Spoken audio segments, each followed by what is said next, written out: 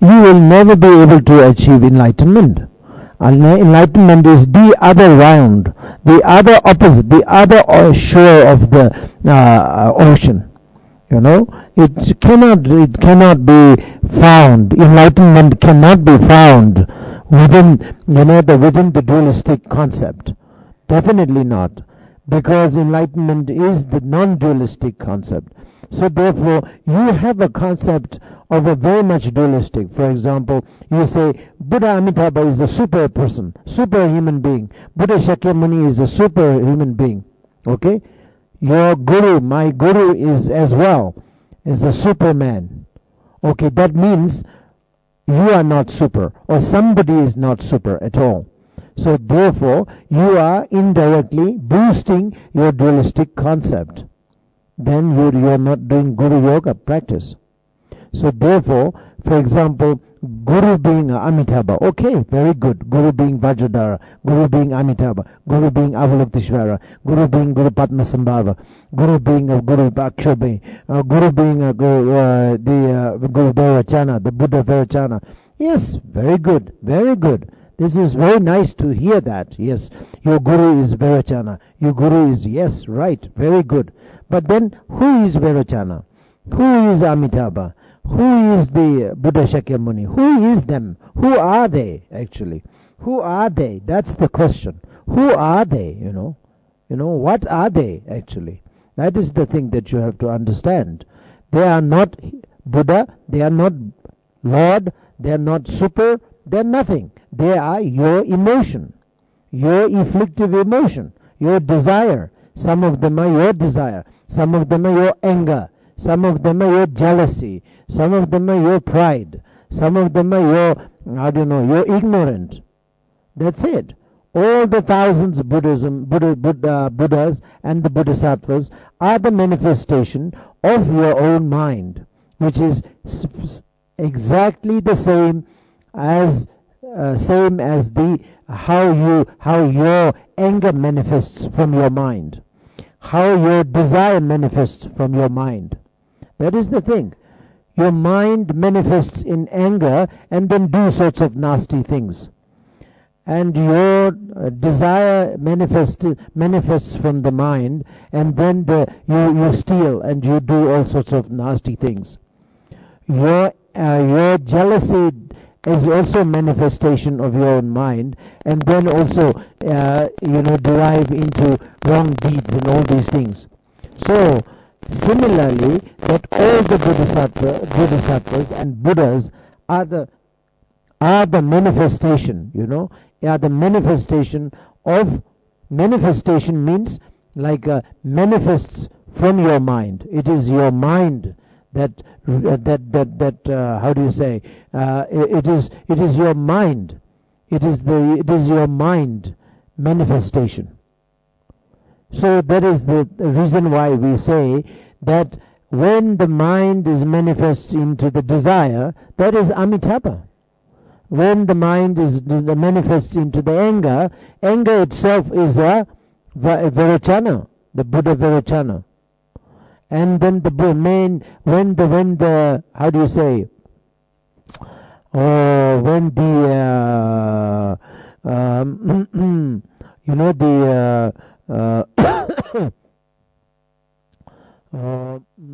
yeah. So these are the manifestation of your own mind. So therefore, when we talk about manifestation, Buddha being a manifestation, Bodhisattva being a manifestation, this is nothing to do with miracles or something. It is just it is a manifestation. Why? Because it is exactly the same, functions exactly the same as the anger manifests by the mind, desire manifests by the mind. So that is exactly what is happening, because it is a desire. So this is something you have to understand. Amitabha is nothing but desire. So Amitabha Buddha has a family, is a group, and of course Akyobhe has a group, and the Vairocana has a group.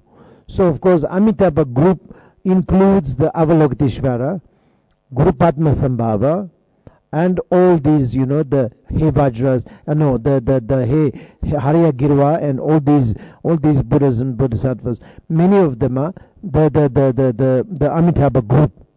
We call it group of lotus. So it's a group of lotus. So they are the desire group.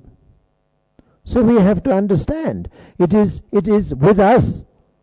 As long as we have anger, we have a Vairochana appealed and appears very vividly. It's there.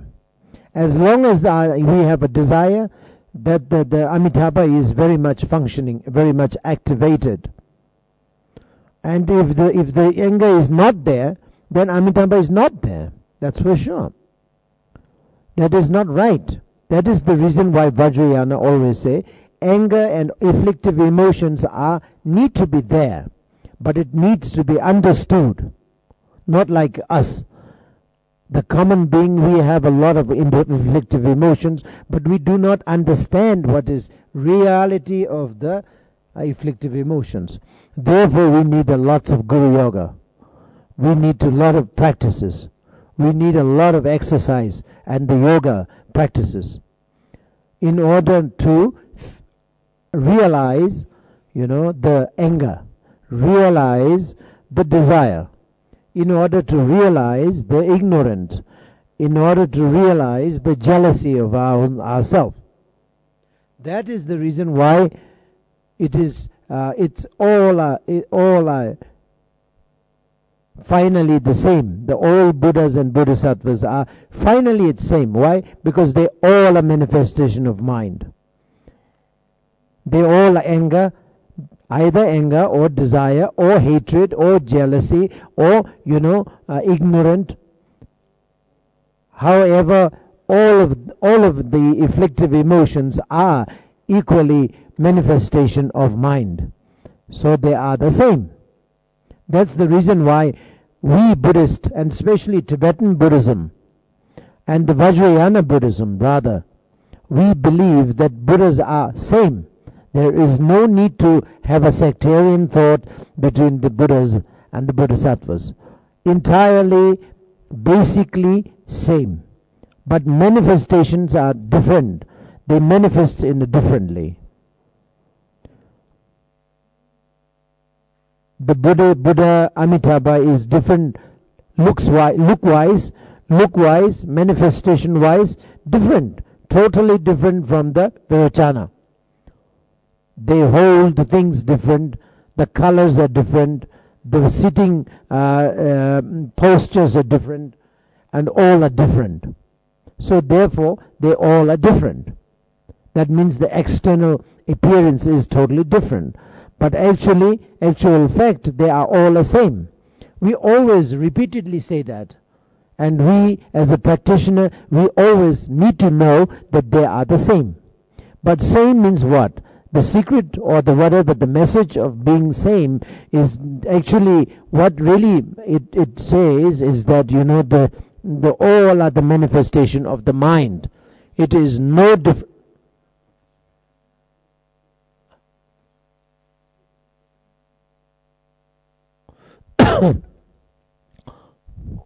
No differences. No differences, no differences. People do not understand. Even, these old practitioners, very advanced, so-called, they claim themselves very advanced practitioner. They don't understand why these Buddhas are same. They don't understand. They are always they have a misunderstanding that why they are the same. So they always misunderstand about the fact that they are same. They are always misunderstanding. Sometimes they do have a misunderstanding. Sometimes they don't understand. Anyway, they don't understand at all about the fact that they are the same. So therefore, in Guru Yoga, we always say you can choose whichever you want. There is no difference. So that is the reason why it says you can choose. Whoever you feel comfortable with, you go ahead. Because it's your anger. It's your anger. It's your desire. It's your ignorant. It's your this thing, that thing, Because final, the final destination or the main reason why we are practicing Guru Yoga, we have to understand the reality of our own emotion, so that our own afflictive emotions will not be sort of trapping us. We not be trapping us, and afflictive emotions will not be sort of like not be nasty to us.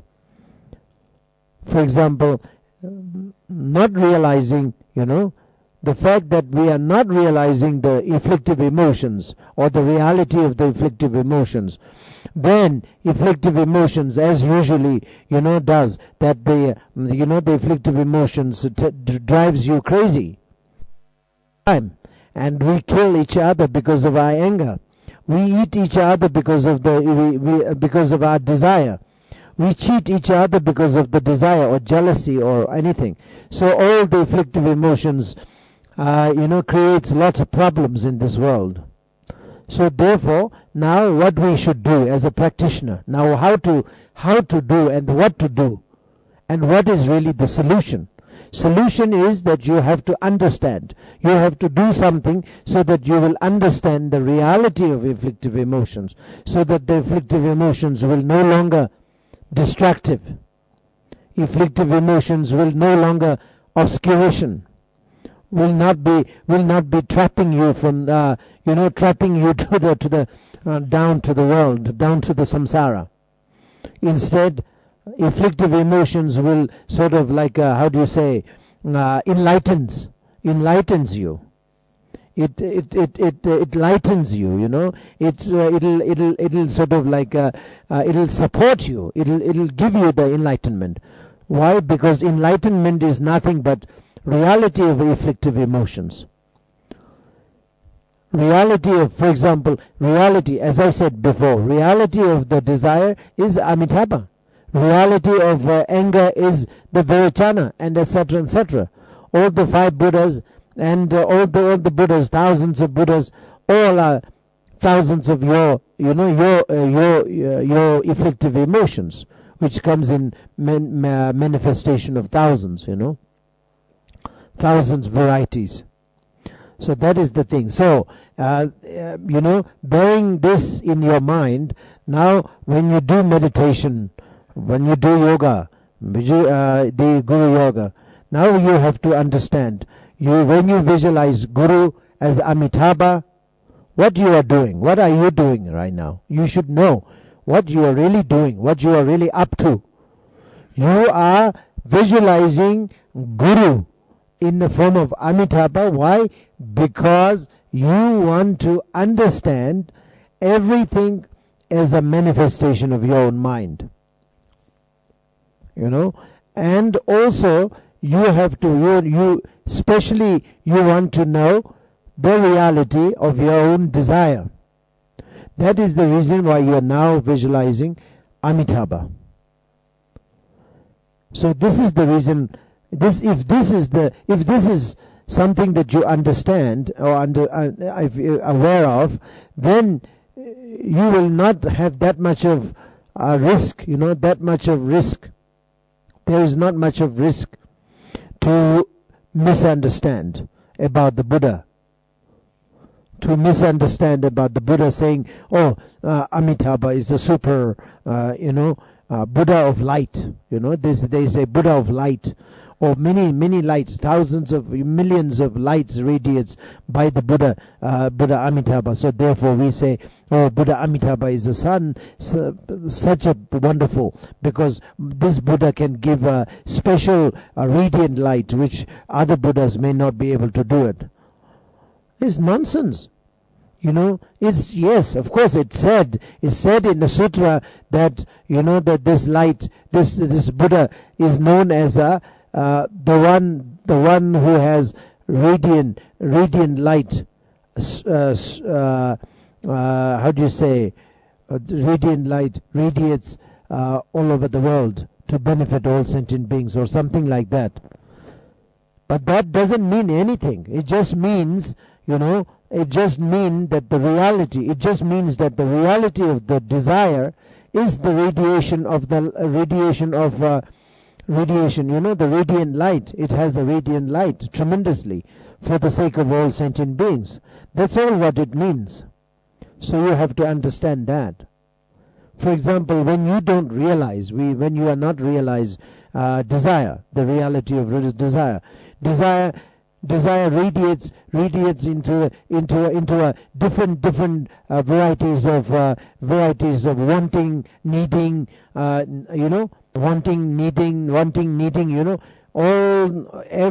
every hours of the day, the 24 hours it blinks. The radiant light, radiation or radiant light is always actively activated, actively sort of functioning. So there is a radiation, So similarly, that when you realize, then radiation doesn't stop. Radiant light doesn't stop. Radiant light will continuously be there. Will continuously be there. That is the thing. So, but it will be definitely different in the sense it will radiant in a different. The radiation light will appear as a cause of the Buddha, cause of understanding, wisdom, and all these things. Because now you understood.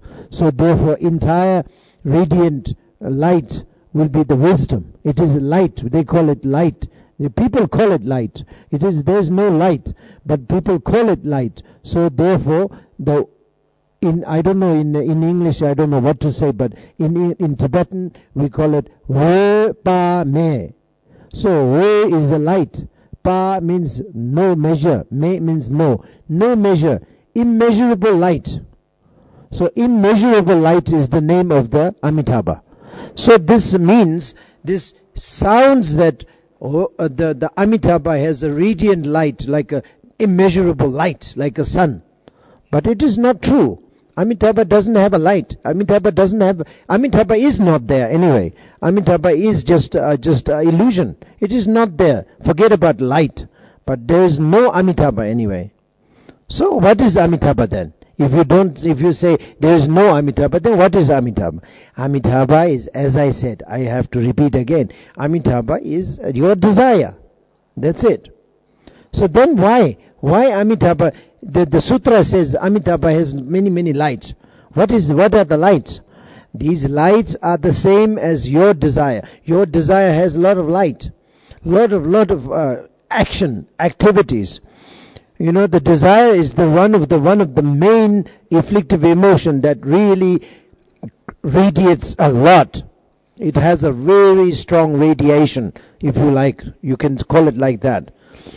Desire is one of the biggest radiated kind of afflictive emotions, more than any other afflictive emotions. Desire is one of the biggest, major afflictive emotions. You can understand that too. We are eating, talking, laughing, crying, doing all sorts of things. Mainly, the life is mainly controlled by the desire, not by the anger, not by the emotion, other emotions. Other emotions are there too, but mainly, if you check yourself, if you investigate yourself, you will know that your life is mainly controlled by the ego. No, ego yes, but the desire.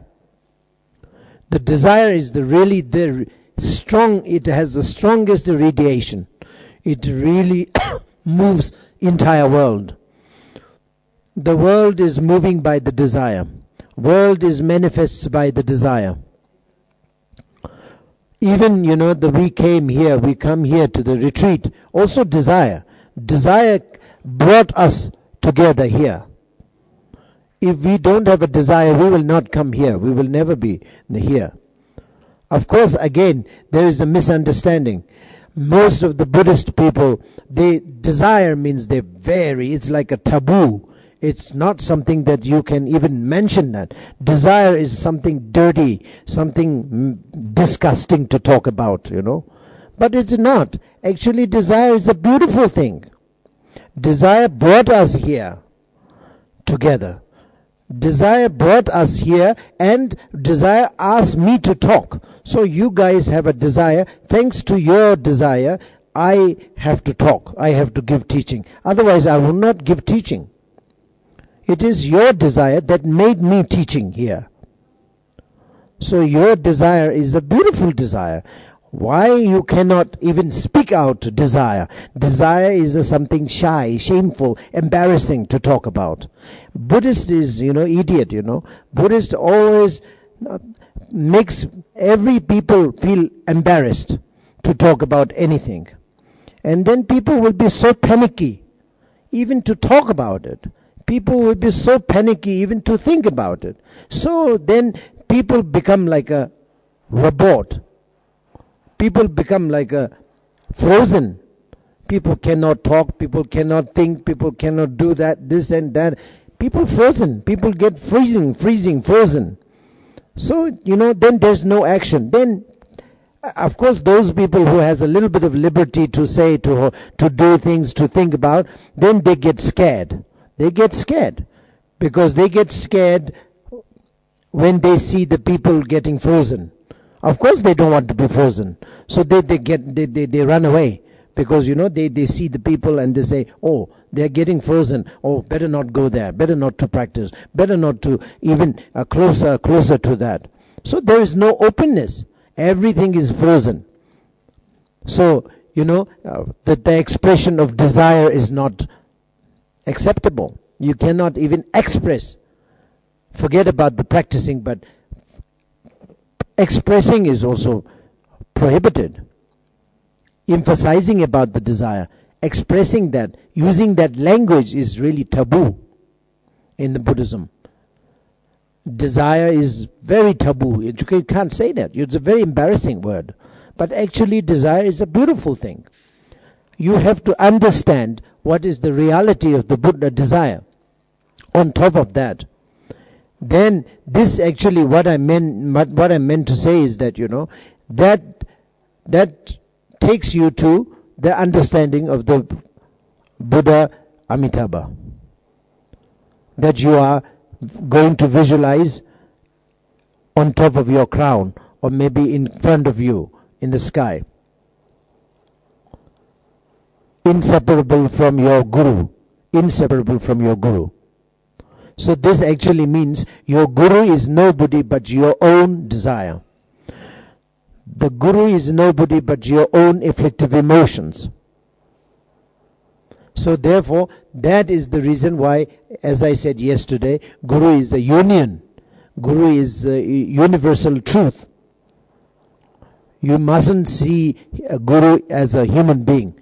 You mustn't see Buddha as Buddha. The Buddha Amitabha as Buddha. Or the Buddha Amitabha as a super person. Superior. If you think about the super, then it's very wrong. So you have to understand all are your desire.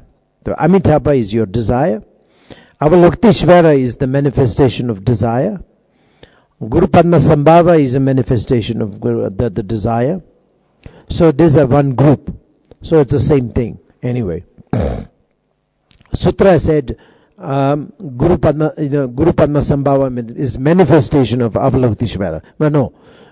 Manifestation of Amitabha. Avalokiteshvara is manifestation of Amitabha. The green tower is manifestation of Amitabha.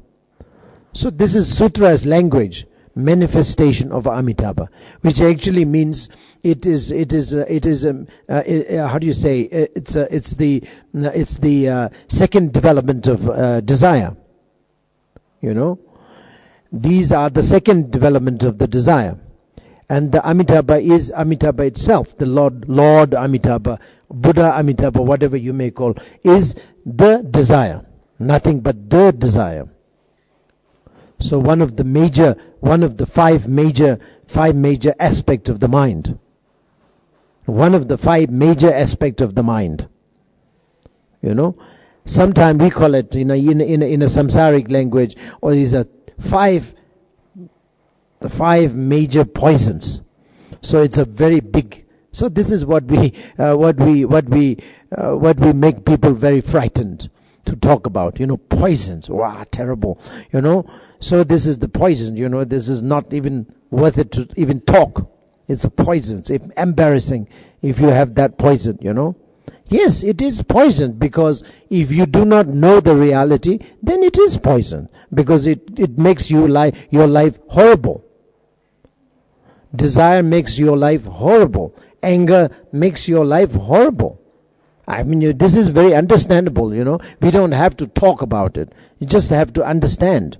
Yes, my anger ruins my life. My desire ruins my life.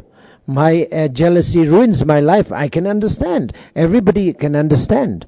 Everybody can look each other and say, okay, that is what is happening.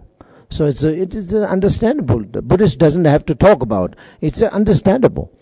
But what we have to really understand is now, what is outcome of these afflictive emotions? The afflictive emotions really, you have to, if you know the reality of these afflictive emotions, really these five afflictive emotions are major, what you call that? Major Buddhas. The five major Buddhas. We call it five families of Buddha. Five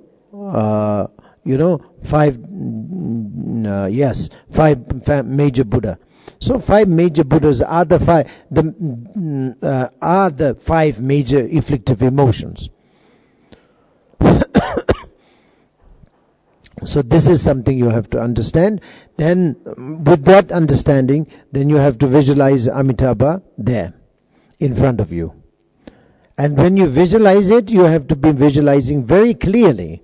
Not like, just a kind of, half seeable, half not. It's like a murky kind of visualization, or dull kind of visualization. You cannot. You have to visualize very clearly. Why?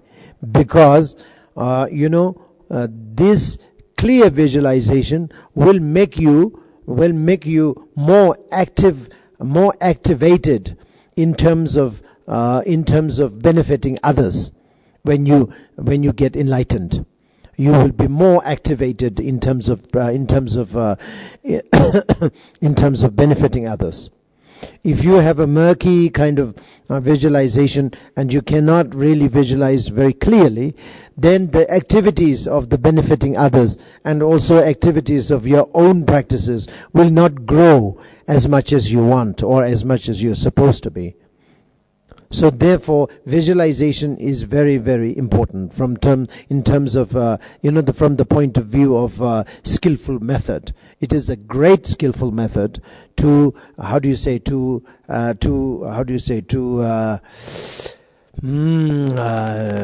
activate your own energy and to activate your own understanding and etc. So therefore, it is very much recommended to visualize very, very, very clear.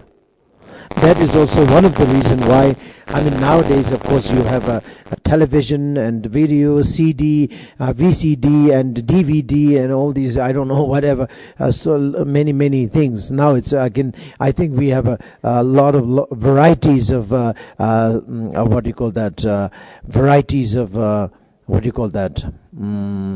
method, I would say, or skillful method, or varieties of circumstances or conditions you can use.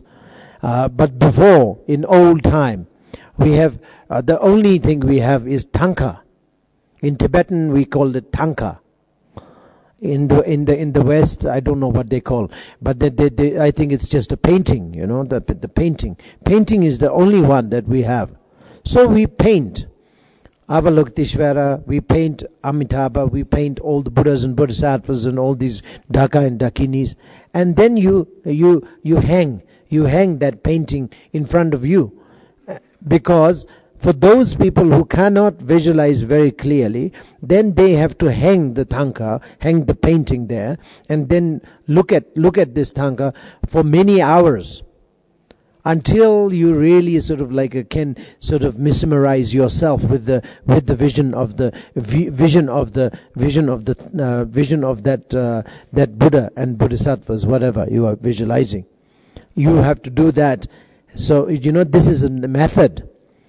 Nowadays, unfortunately, the painting, so-called tanka is the decoration. Tanka is now being used for decoration, which is very, very unfortunate, actually. It is not supposed to be used as a decoration. It is a part of the practice. It is a very, very important object of your practice. GuruYoga. GuruYoga practice. It is something that we have to be very, very, very strictly, very strongly devoted to. It is like an object of a devotion. It is an object of a practice. A yogi practitioner.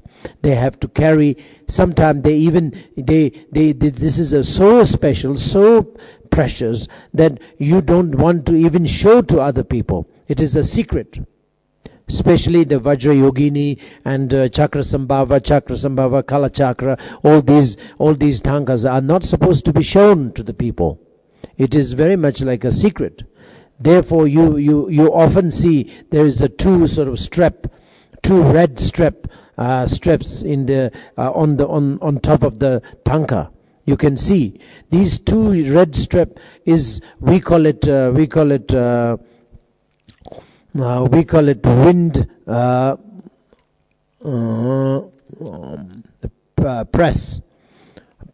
wind press or something like that.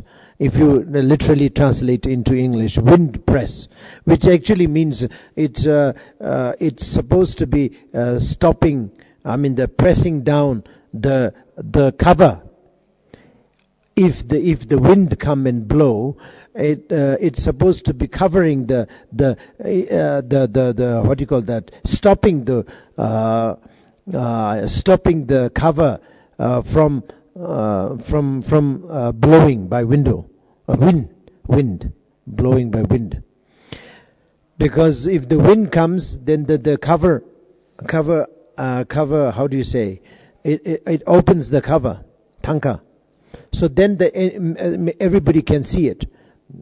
So it's so secret that people cannot see it. So therefore these two red strip is there. The old traditional tankas. Now I even so that nowadays no tanka has that, just a red strip. That's it. Of course, red strip will also be flying, flying by the wind, because it has nothing. But the old ones, they do have a very heavy stuff put in there, so that the wind cannot be blowing away. So then that will keep the cover firmly, so that the people unexpectedly people cannot see it. So that is so secret, so precious. Nowadays nobody even practice tanka.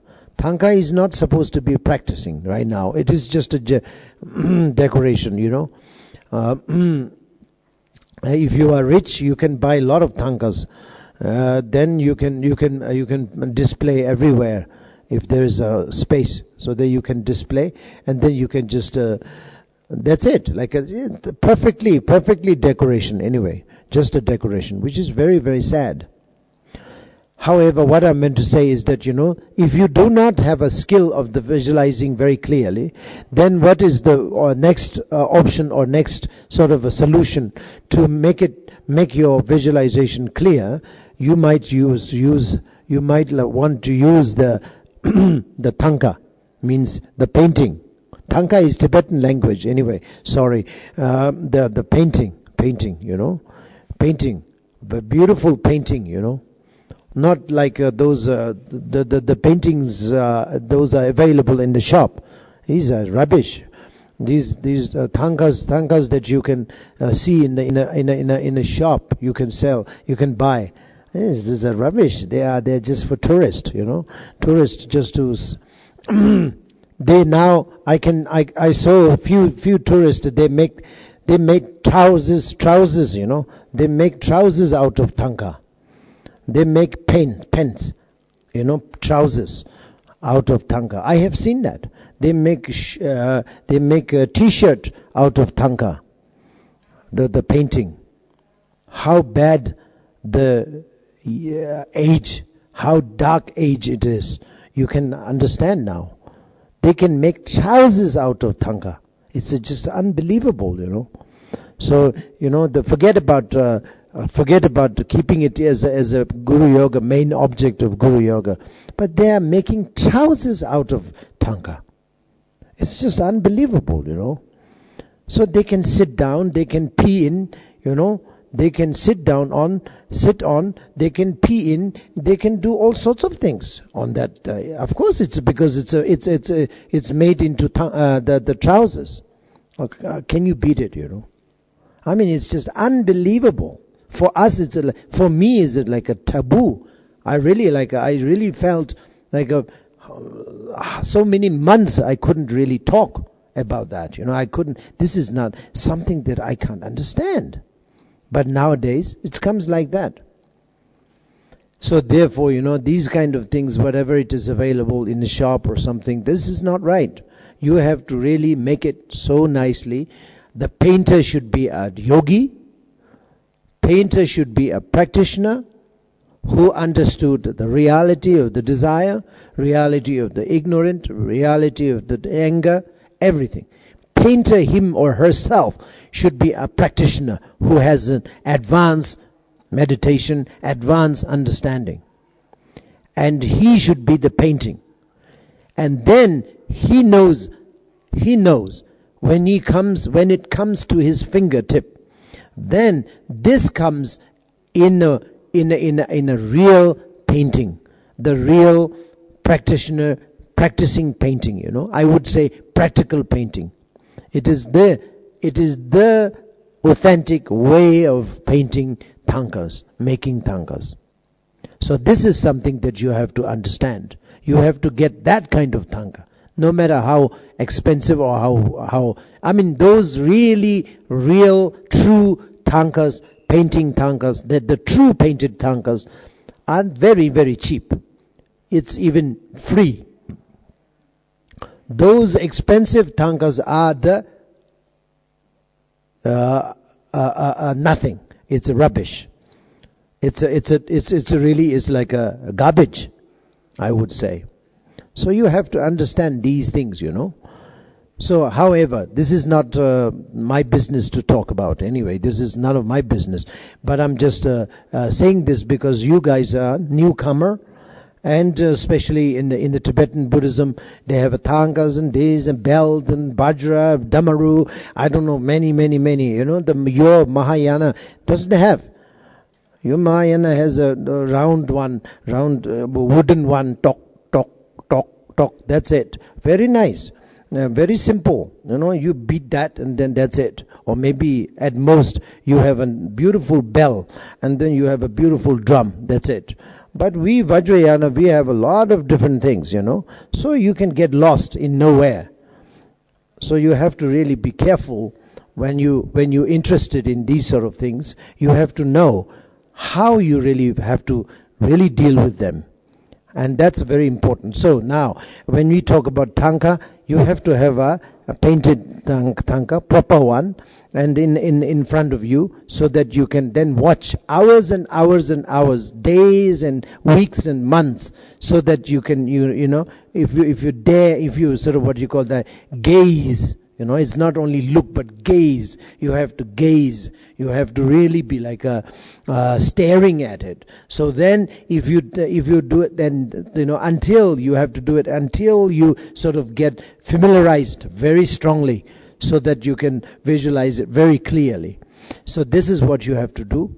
And then at the same time of the visualization, as I mentioned yesterday and day before yesterday, you have to have a complete notion, understanding of the being of the Amitabha being emptiness. No, not a Buddha, not a human being. As I mentioned this morning also, same thing. You have to understand that is the great emptiness. Amitabha is a great emptiness. Amitabha is nothing but a great emptiness. Or you can say Amitabha is a desire, but the desire itself is now also emptiness. It doesn't really have, the philosophically speaking, it doesn't really have any entity of its own. That is the reason why we call it, it's a great emptiness. So as I mentioned yesterday, non-existence, yet it is exist. So therefore, it's a union between the non-existence and existence. So it's a Mahamudra. So this is what you have to understand, but at the same time you have to do a visualization very, very vivid, very clear. So these two are little bit difficult, little difficult, difficult to work out, these two together. Visualizing very clearly, but then with the understanding of not existing as it is appears to be. It is a little bit of conflict, and also it's a bit of confusing. But that is a challenge. That has to be understood and has to be done. There is no way to skip it. If you want, even if you don't want to do that because it's so complicated, but you have to do it. There's no way to sort of like excuse yourself. So that is what we call GuruYoga practice in front of you. And now you, as a Vajrayogini, you have to. But of course, before that, you have to get a Vajrayogini initiation. But that, Guru cannot give you that Vajrayogini initiation straight away.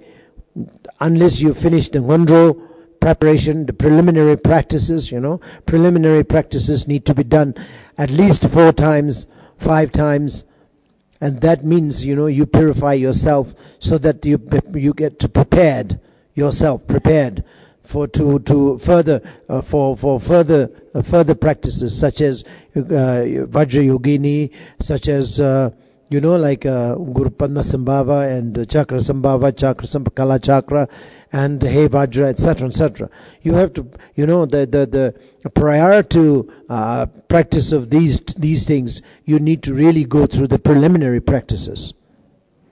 Development of refuge, development of bodhicitta, development of Vajrasattva, development of offering mandala, and development of GuruYoga. So these all are very much needed to be done, not only 1 or 2 times or one or 2 times of 100,000. It has to be done, many times until you get the sign that you are now ready.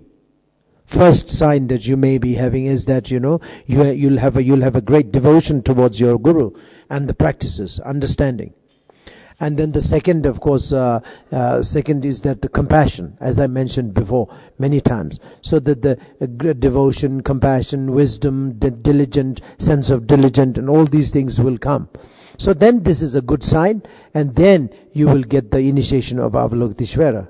That is also one of the reasons this retreat, I have to say sorry, but I refuse to give initiation of Sangit Seva. Why? Because I think you guys need to do at least 1 Ngondro. Otherwise, there's no point to get the Sangit Seva practice initiation, because and no point, and also it's just like a breaking the regulation, regulation is not there as such. So therefore it is.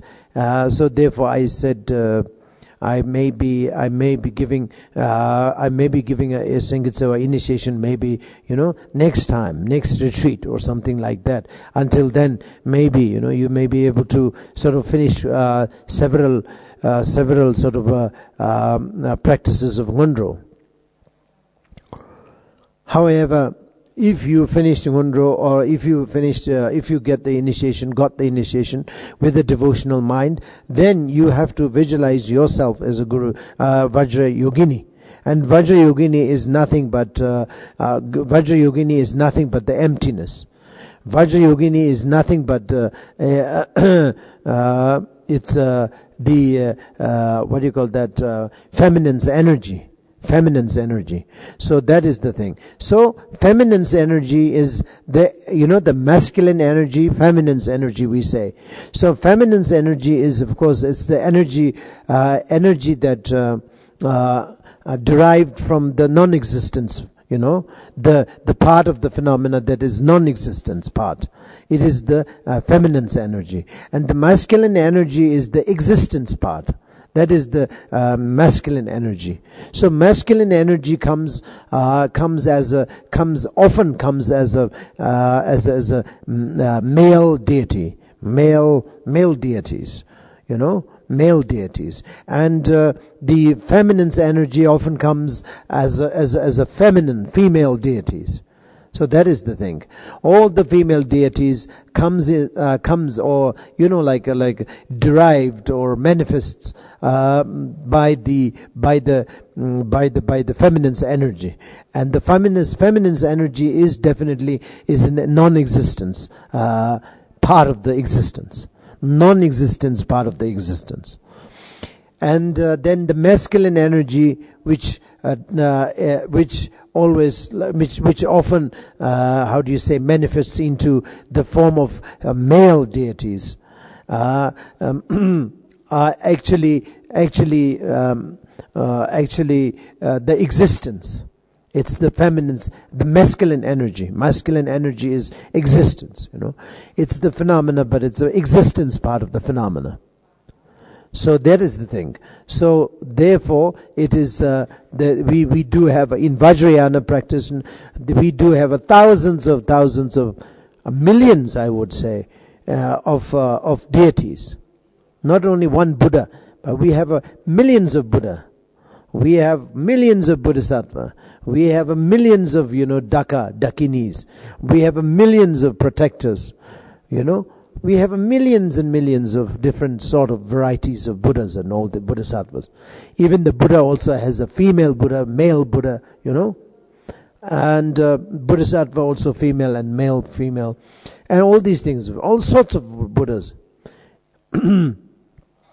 Commonly, of course, quite well known Buddhas are like, we have 100 Buddha, we call it in Vajrayana we call it intermediate, the Buddhas of intermediate, we call it like that.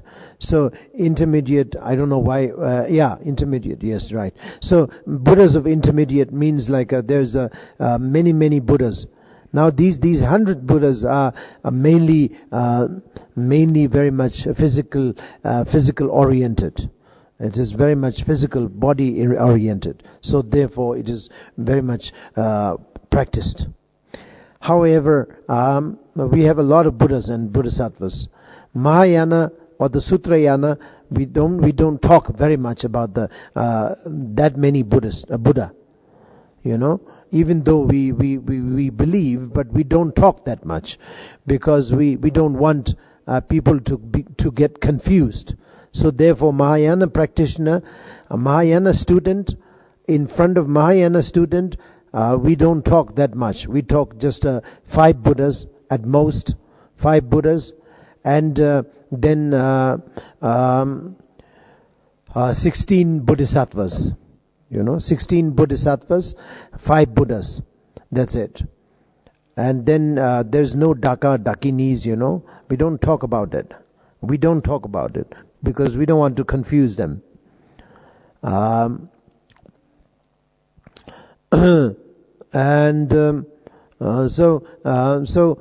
therefore now Vajrayogini as a female Buddha, and it represents, you have to understand what is Buddha's, the Vajrayogini.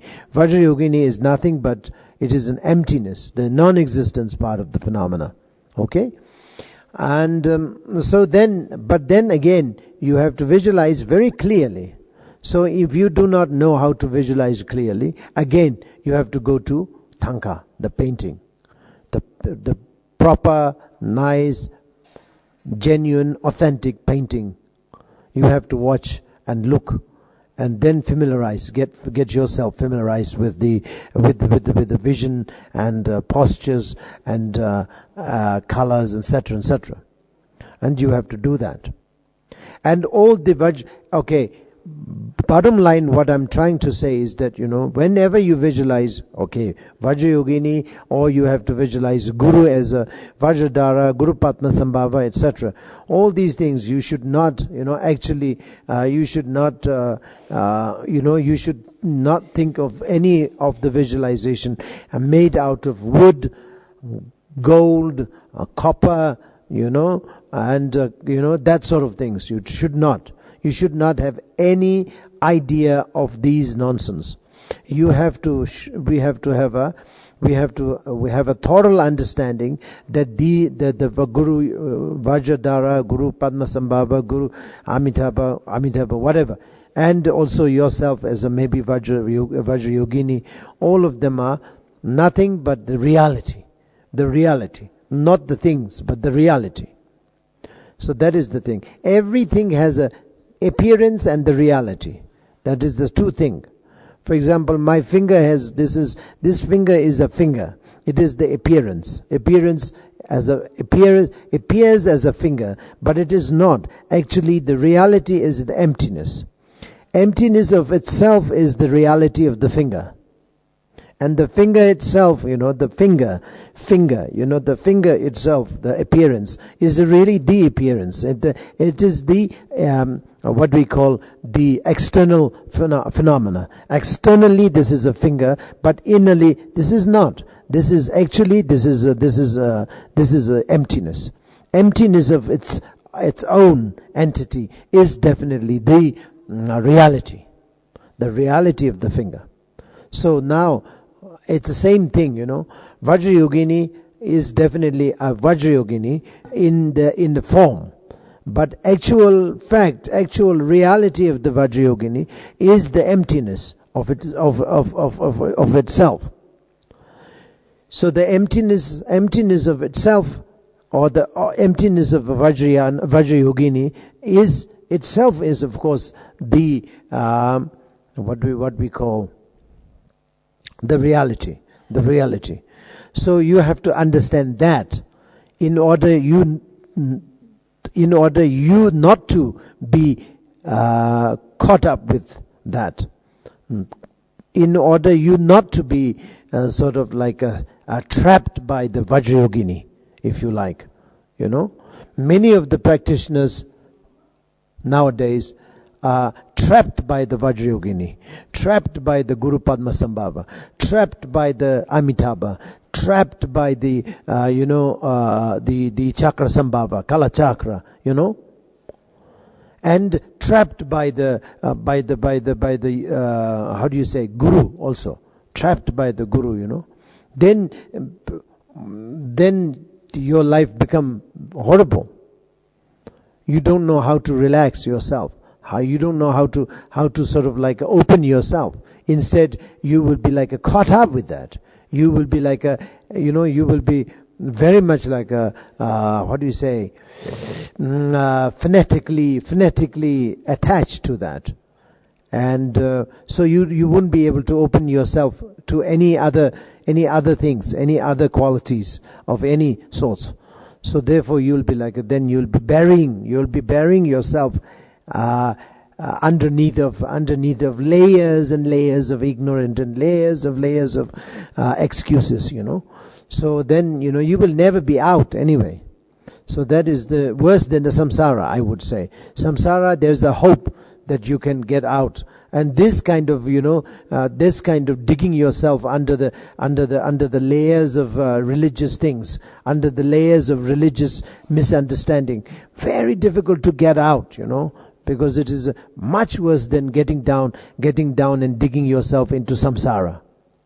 Samsara is, yes, very, very difficult, but there is a great hope, because it's just you are buried by the samsara, but there is a nirvana will come, and the fresh method will come, and hopefully that you'll wake up just because of the fresh skillful method, fresh antidotes comes, and you will be like instantly sort of wake up.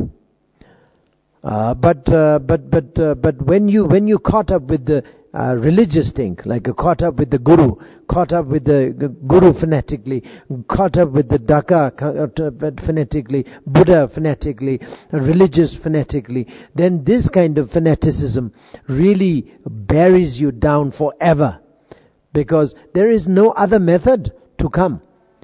Any other method comes to help you, you will never accept it, because you are already sort of blocked by that, and you have already heard thousands of times of the Tibetan, the Buddhist way of waking you up, and then this arrogant is there. You cannot really sort of rearrange your setting. So it's a very difficult. So the Gambopa said it very very nicely. He said, the person. He said the person. One cannot 100% sure that the Dharma practice will liberate from samsara to nirvana. Certain type of Dharma practice will even do the opposite, will lead you to the samsara, to dig down very much down into the hole of samsara. So this is what he said. Actually, Dharma practice supposed to be enlightening you, supposed to be giving you nirvana and good enlightenment. But it is not necessarily that way. Some certain Dharma practice also will do the opposite way. So this means, of course, if you do caught up with the fanatic idea, you will never be able to sort of get out of it. Very difficult, Sakya Pandita said also, many of the Mahamudra practitioners go nowhere but go to the next life, go to the animal realm. That is the thing. Because what he meant to say is that, if you do not know how and what is your practice, then it may lead you to animal realm, which actually means, of course, you will how do you say, you will be caught up with that. You will be trapped by that. So this is the thing. So therefore, Vajrayogini, when you visualize yourself as a Vajrayogini, you need to make sure that you are not looking at the Vajrayogini as a human being or as somebody, as even Dakini. Dakini, yes, you can call it Dakini, but Dakini is not Dakini. Dakini is the union, existence and non-existence. In Tibetan, we call it Ka Ndro. Ka is the space. Ndro means walk on the space, which means walk represents the action. Walk represents the action, which means the existence. Ka, space. Space represents emptiness. So, walking on emptiness. What does that mean? Doesn't mean anything if you don't know the meaning. It doesn't mean anything, walking on the space. It doesn't mean anything. I mean, to me, it doesn't make any sense if you do not know what is really the message out of it. Walking on the space doesn't mean anything, Dakini means walking on the space. What does that mean? This means union. Space represents the emptiness. Walk, the fact that you're walking, walk itself. Walk represents the existence or action or act. So, when it comes to the act of benefiting others, that is the existence. Love, compassion and etc. But then, the activities are there, yet it is fully empty, fully non-existent, fully, entirely non-existent. So, non-existence, non-existence with the existence. So it's a union. Dakini is nothing but union. Khandro is nothing but union. That is the thing. But again, we people don't know about that. So now, especially in the newcomer society, Americans and Westerns and Eastern, I don't know where, everywhere, Khandro and Dakinis, are beautiful. I mean, they're considered to be a beautiful woman. Beautiful in the sense, not quality, but look-wise. Very, very nice. Very beautiful one. Young, attractive, and etc. Then it's a Dakini. Yes, she must be a Dakini because she looks so beautiful. That's it. And this is a completely misunderstanding. Completely misleading. So the Dakini is nothing but, it's a union. So Vajrayogini is nothing but a union. And especially the Vajrayogini is not only union, but it has more into the emptiness, existence, emptiness part of the existence. So now,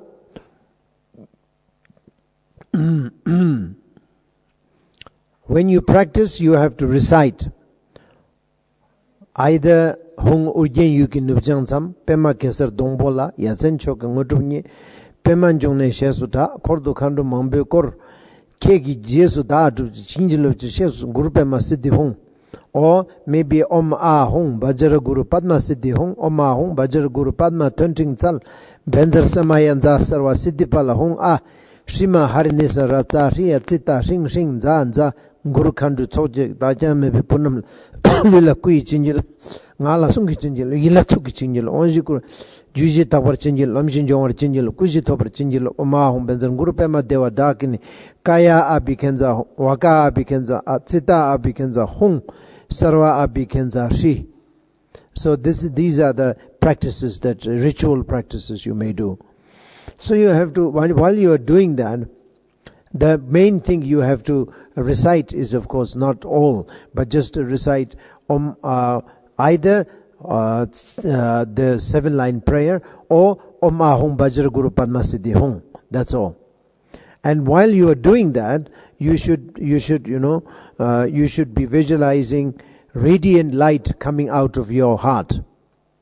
Radiant light coming out of your heart and reaching to your Guru, Amitabha, or Guru Padma Sambhava, whatever you visualized in. So this is the thing that you have to do, and the radiant light you are sending from your heart is apparently appearance-wise it is a radiant light, but it is actually it is your devotion. It is your, devotion. It is your appreciation, understanding. Comprehensive. It is like a comprehension of your the quality of the Guru. It is the understanding of your quality of your Guru, and all these things. So that is devotion anyway. We call it devotional light. So devotional light has to be sent from your heart to Guru. And sometime, if you are sort of like familiar with these sort of visualization, then of course you can even visualize that these devotional light has many offerings, many different varieties of offerings. And when it comes to offering, you have to know what is really the offering means also. Of course, externally you offer money, you offer clothing, you offer a house, you offer food, you offer flowers, you offer water, you offer tea. That all of these things, of course, is an offering. These practices are known as offering, so it's okay. That is externally. But innerly speaking, it is not only that. You have to know that offering actually means whatever you know, whatever you are attached to. Whatever the things you are attached to gold, you are attached to women, you are attached to a man, you are attached to a baby, you are attached to parents, you are attached to food, whatever the things that you are attached to, that needs to be offered. Why? Because that attachment, brings you down in the samsara, and it does nothing but bad job. It does it gives a lot of heavy feeling, very sort of like a very draggy, very big problem. So therefore, all the attached object that you may have, that needs to be, how do you say, offered. But right now you cannot offer that way. You cannot straight away, you cannot offer. So now what you are recommended to do is, you visualize on the light, on the how do you say, infinite light that comes from your heart. You have to visualize those things you are attached to. You have to visualize all of them and then offer it to Guru. That helps you to minimize the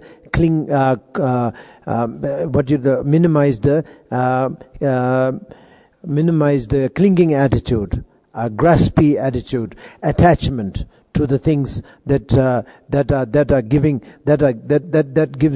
gives you a lot of problems. Anyway, the belongings, anything that it gives you the things that are very big problems. Anyway, the life is very heavy because you have that much of graspy attitude towards the things. So this is the reason why we feel very heavy. And I don't really have to talk about that. That is very much the common experience anyway. So you understand, the more you attach to, the more the pain will be appear. The pain will be more sort of severe. If you are not attached to that much, then the things will be much more, much lighter. Much lighter. So that means what I'm saying is that, the attachment, what is the whatever you are attached to is really makes your life very difficult. Therefore, you have to offer that. Nevertheless, the secret of the offering, the practice of generosity in Mahayana, in Vajrayana we call it offering mandala. The secret of the offering mandala is, of course, what you may call the how do you say, to get rid of the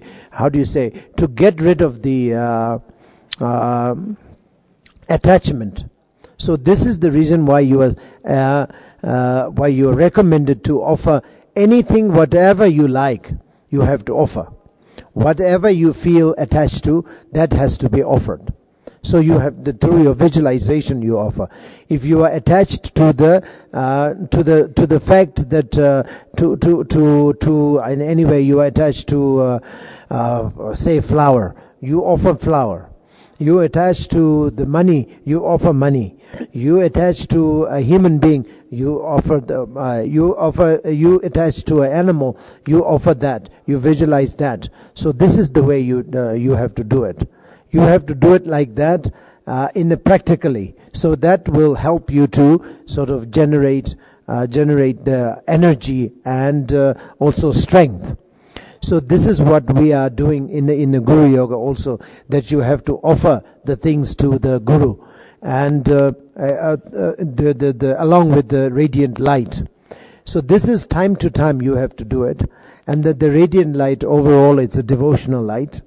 And then sometime the light comes out of the Guru's heart and comes back to you through your maybe a forehead sometime to your heart. Anyway, it goes into your body system, penetrates into your mind and speech. All your body, speech and mind will be blessed. And this has to be done as a radiant light of blessing. Blessing in the sense it's a wisdom. Because as I said before, Amitabha, for instance, it's nothing but discriminating wisdom. That is the reality state of your desire. So, for instance, if you have if you have Guru visualized in Amitabha, then Amitabha needs to be visualized, and Amitabha needs to be sending the blessings of the discriminating wisdom. So we are ignorant, so we have no discriminating wisdom. So therefore, the light comes as a discriminating wisdom, so that the wisdom will help us to have a wisdom, more wisdom. So that is the blessing. So blessing comes to body and dissolves into body, speech and mind. So this is what we have to understand, and we have to focus on. So this is overall what is the secret of the GuruYoga ritual practices, is that sending devotional lights up, receiving the blessing and the wisdom lights down into your body system and speech system and mental system. So that is the secret, and that is the practice of the GuruYoga practice. Anyway, there is no other than that. So this is the thing that you have to do, and then you have to do it time to time, so that you'll get used to it. That's all. After all, I mean, the GuruYoga is GuruYoga, and all these ritual practices are nothing but to familiarize yourself with the practices of a reality state of the mind. That is the thing. You have to familiarize with yourself. Yourself is familiarized. As it is right now, we are very familiarized with the mundane things.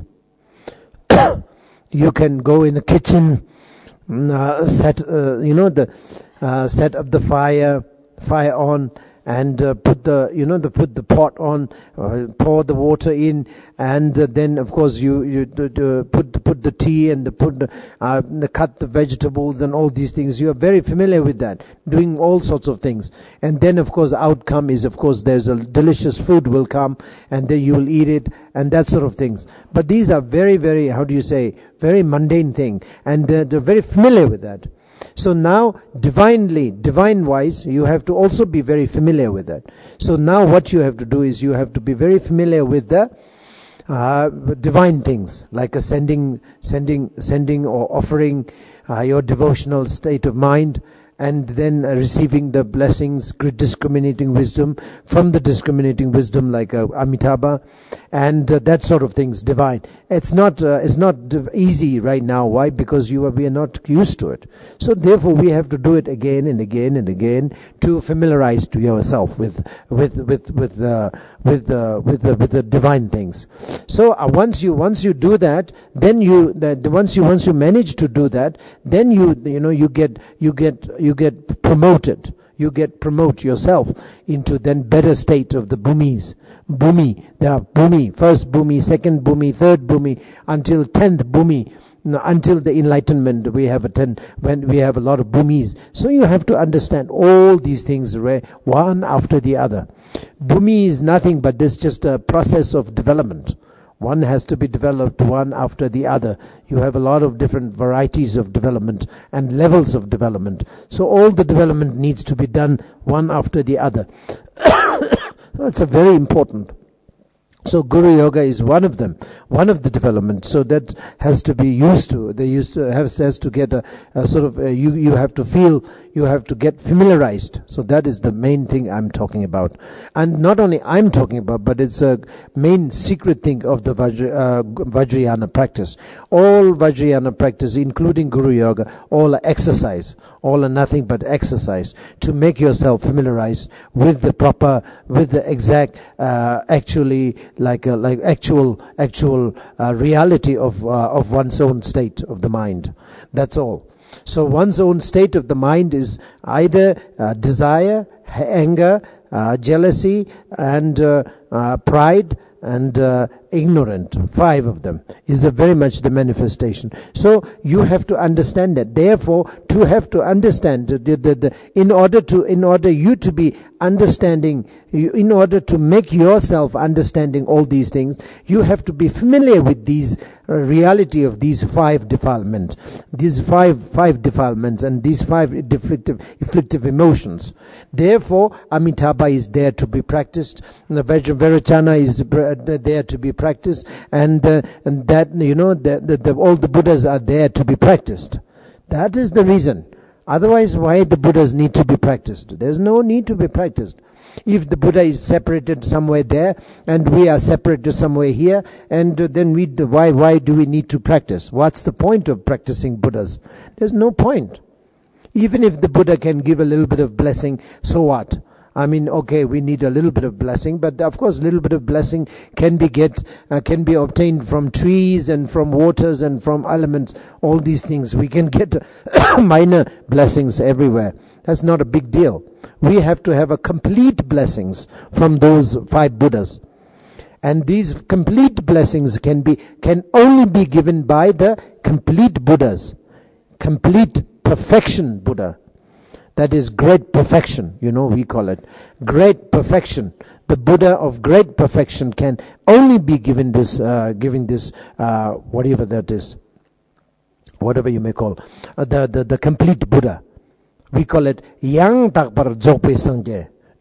That is Yang Takpar Dzogpe Sangye will never be gained.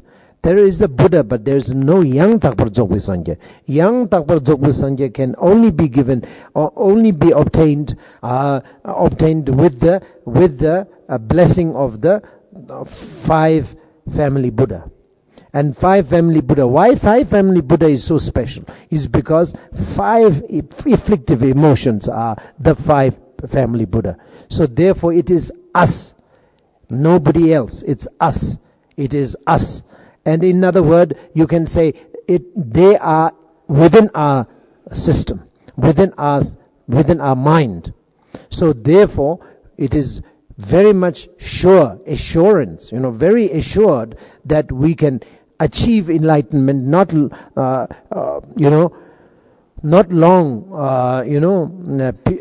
within a short period, and even within one life, within one day. You can get enlightened because it is within ourselves.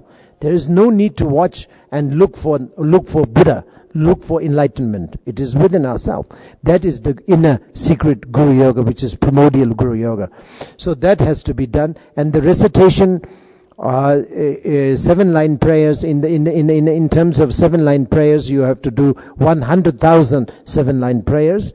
And then once you finish that, then you have to do like a number. I'm talking about numbers of the mantras. Om Ahom Vajra Guru Padma Siddhi Hong, 10 millions of the Om Ahom Vajra Guru Padma Siddhi Hong. That is like 10 million, 10 millions.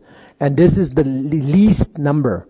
The smallest number that you can do that. It is the very smallest, that is almost nothing. You have to do 100 times more than that. But this is just a starting.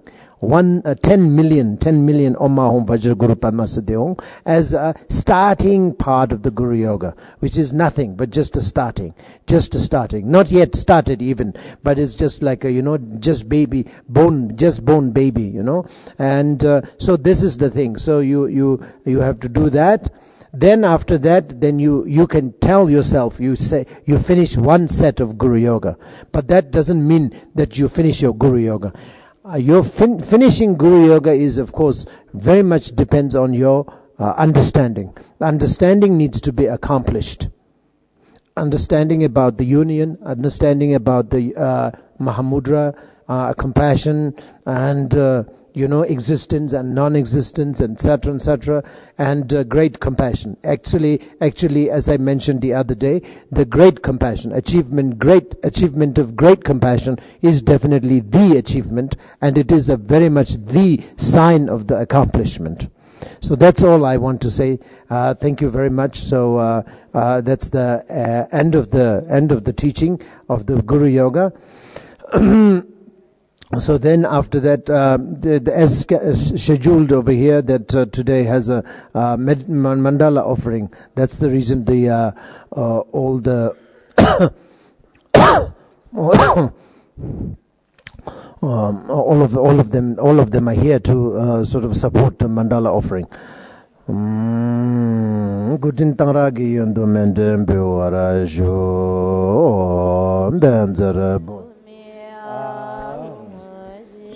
number the bones in the oh benzer ke ah chari koyo usu hori galbori rajalu pabolo jam nuya balaj jadami sardulu dalba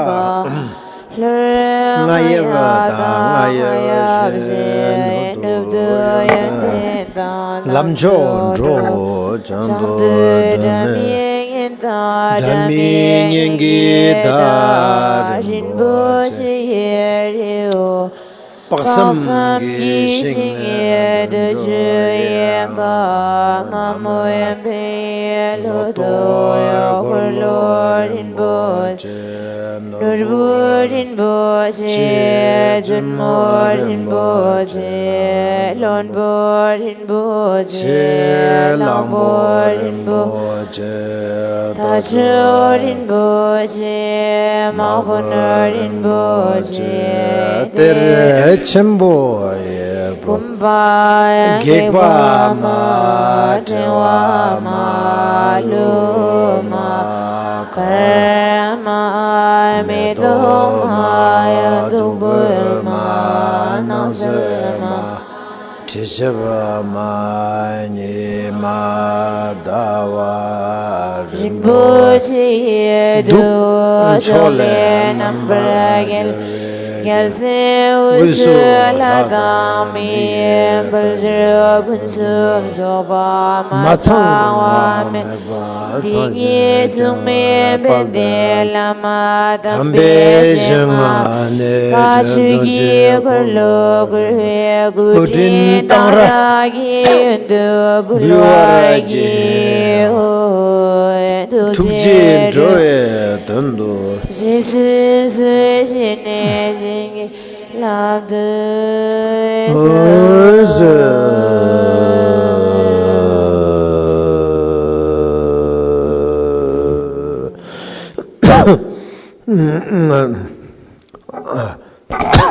I've forgotten. Yeah, you can do it. The refuge.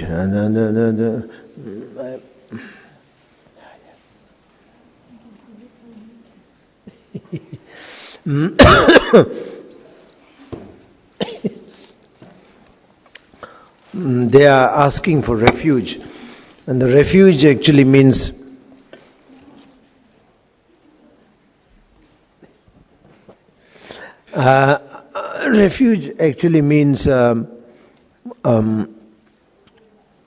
nothing but you want to be a good human being. In order to make a good human being, you need to take a refuge.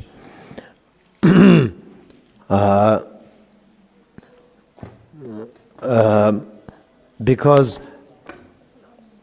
the vow of, the commitment, the vow of the refuge is nothing but to be harmless. So if you become harmless, then obviously you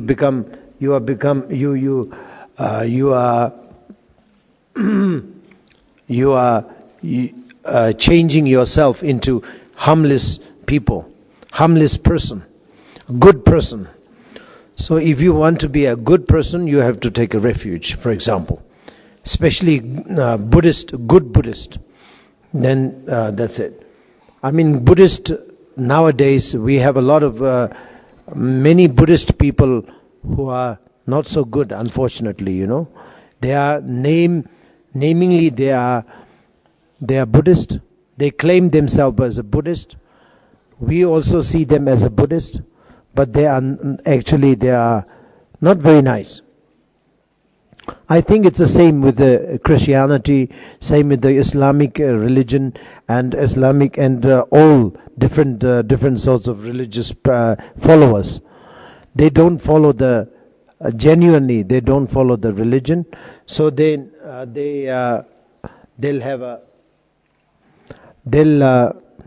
so then they take religion as a very fanatic kind of fanatic way of transforming themselves. So then they become worse. They become worse than the lay people. Those people who are just on the street. They don't know about the religion. So religious people are supposed to be better than the other lay people, but it happens the other way around. Now the religious people tend to be like worse than the other people who has nothing to do with any religion. So that's similarly in Buddhism also. We have many Buddhist people there. Those are not so good people. So we have to be good Buddhist. So in order to transform ourselves into good Buddhist, we have to have a vow of the refuge vow. So that's very important. If you have a refuge vow, that is very, very important, and it's the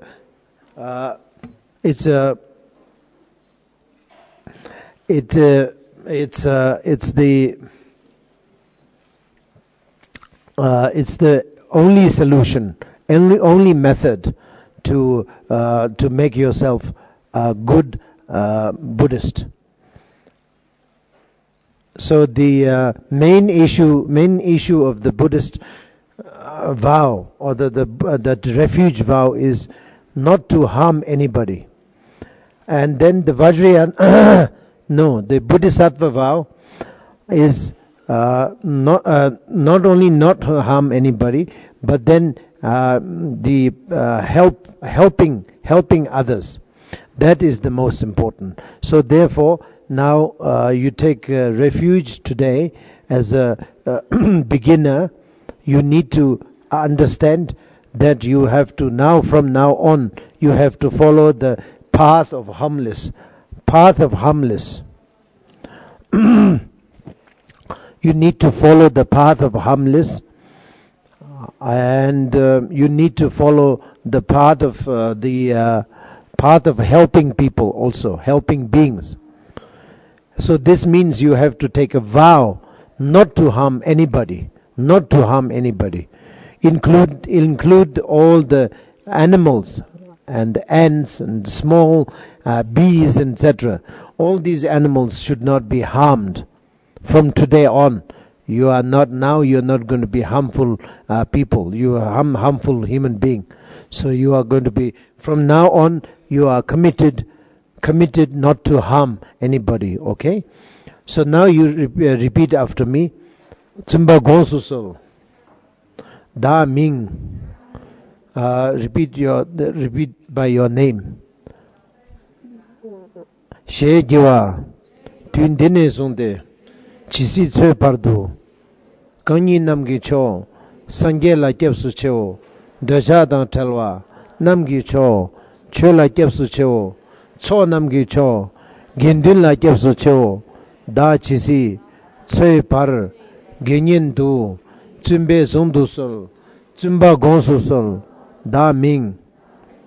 She Giwa. Twindene Sonde. Chisi Tse Pardu. Kanyi Namgi Cho. Sangye La Kepsu Cho. Daja Dan Telwa. Namgi Cho. Cho La Kepsu Cho. Cho Namgi Cho. Gendun La Kepsu Cho.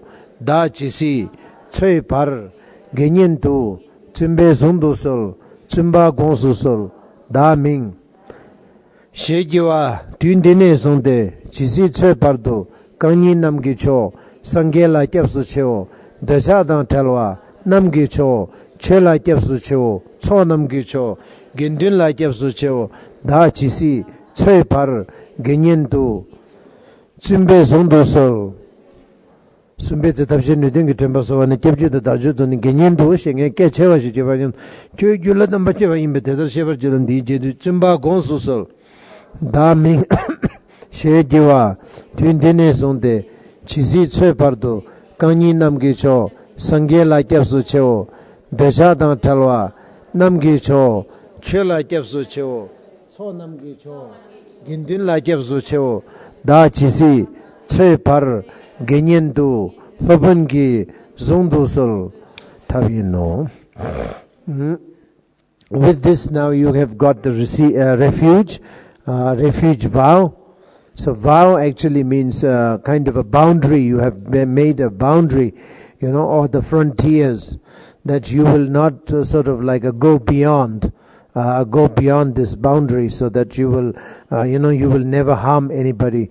So this is the kind of a boundary. So you have to have a vow, and you have to vow actually keeps you how do you say keeps you developing further in the process of being a nicer person, good, better person, always, better. Today is going to be the better. Next few hours you'll be the better person, and next the tomorrow that you are going to be better than today, and then within a week you can see a little sort of tremendous change, I would say, and then also then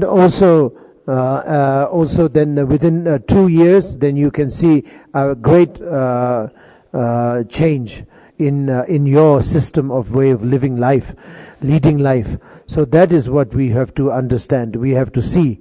You have to see a change in your life. Otherwise, there's not much of point of taking refuge, not much point of doing Guru Yoga practice, not much point of doing all sorts of things. All the points, but the main point, what you really have to understand is, of course, the change, transformation. You have to really transform yourself, your life into better life.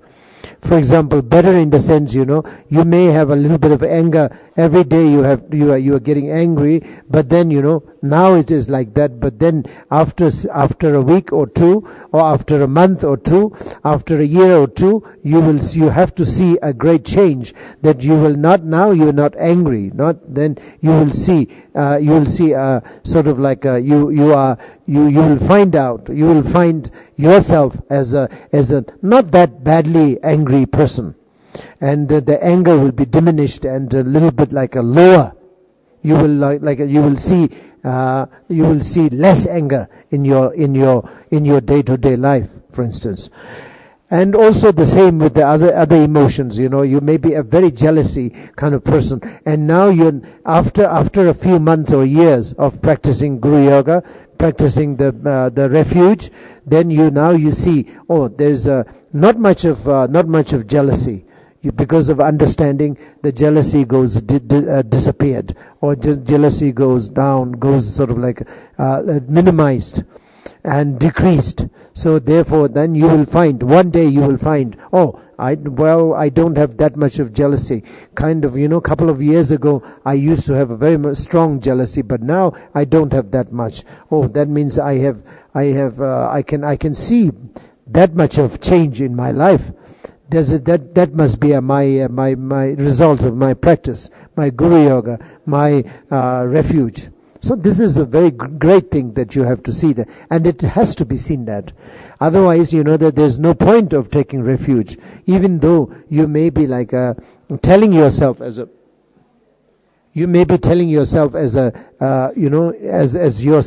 Buddhist ever since today. But if you don't have a transformation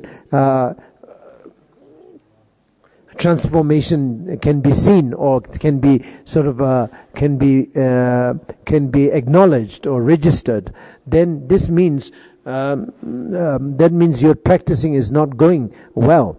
It doesn't really make sense. If you are killing 2 or 3 animals a day, and then after a couple of years of practicing refuge and the GuruYoga, you don't want to kill 3 animals a day. Maybe 1 animal, okay, but 2 is dissolved, decreased. And then after a couple of after 5 years of taking refuge, then you may not like to kill anyone. So the killing is very, very genuinely you will see that the killing is a really a negative deed. You will see that from depth of heart. That is the result of the practice.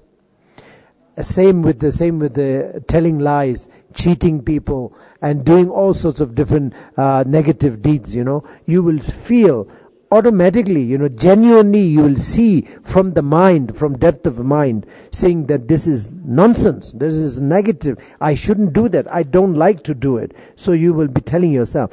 Whereas right now, you will be doing it because you don't understand deeply. So now, through development of understanding about about all these relativity, relativity means the karma, how karma moves. Then you will genuinely be avoiding bad deeds, telling lies, killing, eating meat, drinking alcohol, cheating people. All these things will be like genuinely avoided. Until then, even if you avoided, somebody must have told you, and somebody forced you to do that, and by force you are avoiding it. But by force, it doesn't work that well. You shouldn't be forced. Genuinely you should avoid eating meat. Genuinely, authentically, you should avoid drinking alcohol. All these things. And cheating people and killing animals and all these things. You have to you'll be developed in a way that you don't like all these things. So this is genuine development. What we say, genuine development, genuine transformation. So genuine transformation can only be achieved through the genuine practice of refuge. That is really the meaning of the refuge, the reason of the refuge, the object of refuge. So refuge is really kind of a means to make yourself a good person, good being, beautiful person. So that is the thing. So you have to understand, and that is what I would recommend, and I would request you to develop and within yourself. And I don't think it will take that long also to accomplish that. Timge sudim jemejin sudim nambarada. Shinzo sho Gyawa kungi jesu lukirete sambo cheba yonsu Suljim cheba timi ondaba daktu manya gyunme jet baraju Shanchu simcho rimboche ma Kegyuru jik Gyawa nyamba medba yang womne gom Pelwaraju Gyawara tambe chela nende Dendo dambe zalama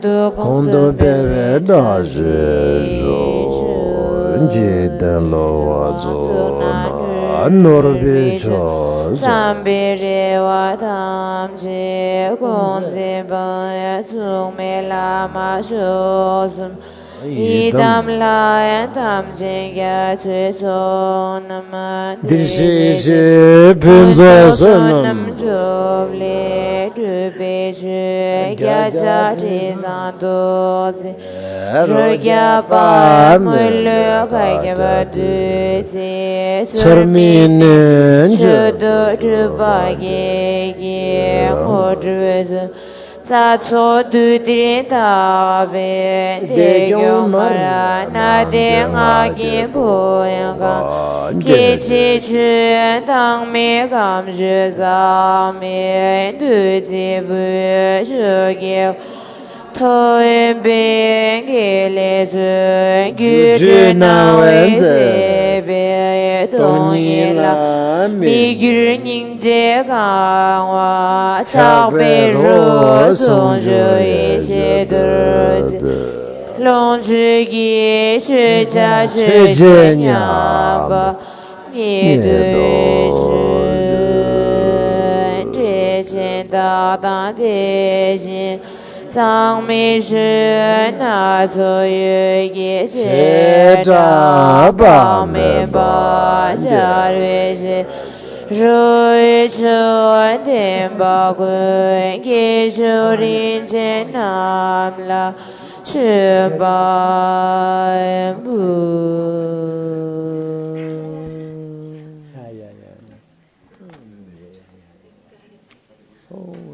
Thank you.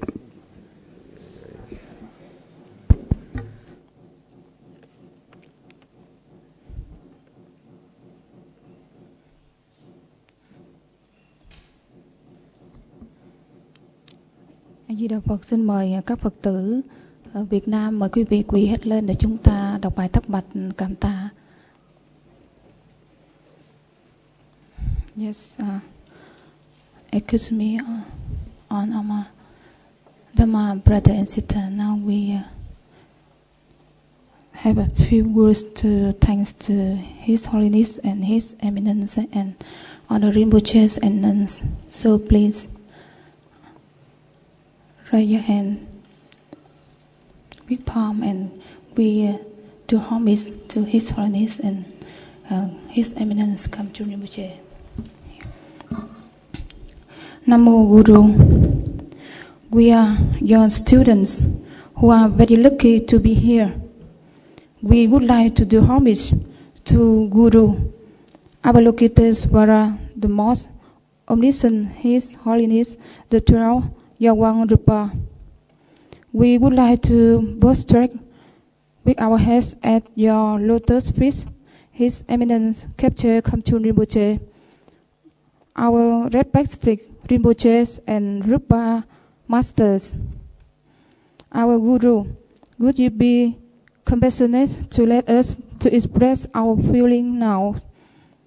It is really lucky for us to have an opportunity to be human beings, and it is really rare chance we have a condition to take refuge to triple germs, and especially to meet you, our Guru, Avalokitesvara manifestation in this mundane world, in the degenerated age of Dhamma, with the unlimited ignorance beings have to be trained like us. Among millions of Buddhist people, we are very lucky to take refuge to Buddha, Dhamma and Sangha. We are here more lucky than them because His Holiness and His Eminence spare your spirit's time to give supreme teachings for us during a week. Through your teachings, we are open our mind to deep understand that the meaning of the Guru. We partly understand your wishes and your unlimited compassion to us. You work very hard without taking rest to give us teachings and trainings as a mom to her babies. Our Guru knows words to express how your loving kindness and compassion for us. We feel very painful in our heart whenever you got caught while you are enthroned to give teachings and lead the pujas. As well as whenever you walk, you carry millions of our backup mass on your back and your shoulder. Every your step, you don't take care of your health, just take care for ourselves. Due to our ignorance of dual concepts, we cannot see and understand Guru's heart wishes. We just live for ourselves, with the search for our selfish benefit. But we don't know that Guru, as our dad, is steering for his children exalted in samsara. With your wishes of taking us off the tie of dual concepts, Guru, like a head elephant who are leading a pride, accept on arrows, bullies, dangers to protect us like his children. Guru, like a rich doctor who bring back for us best eyes to realize the nature of the world as it is. Help us to look at the life with the compassionate eyes, without selfish mind, and to live with love. It is painful and funny that we daily pray for your longevity, while we make you headache with our disturb of this church, jealousies and selfishness. These poisons make us floating in the samsara. Could you, with your compassion, please forgive us for all. Please pray for our bad habit never come back again. Pray for our vacha brotherhood and sisterhood, our onward pure harmony. Pray for the Buddhist Guru have planted in our mind will grow very flat. Pray for your compassion will turn into our hearts. Pray for Drukpa lineage will shine like a sunlight everywhere. Pray for all of your right conduct will be fulfilled without obstacles. Our Guru, please remain your life for a long time with us. We promise try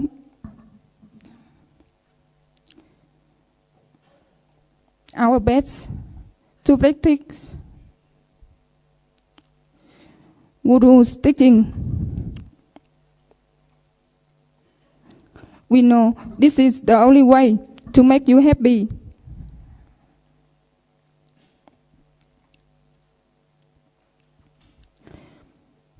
Pray for our opportunity to be with Guru.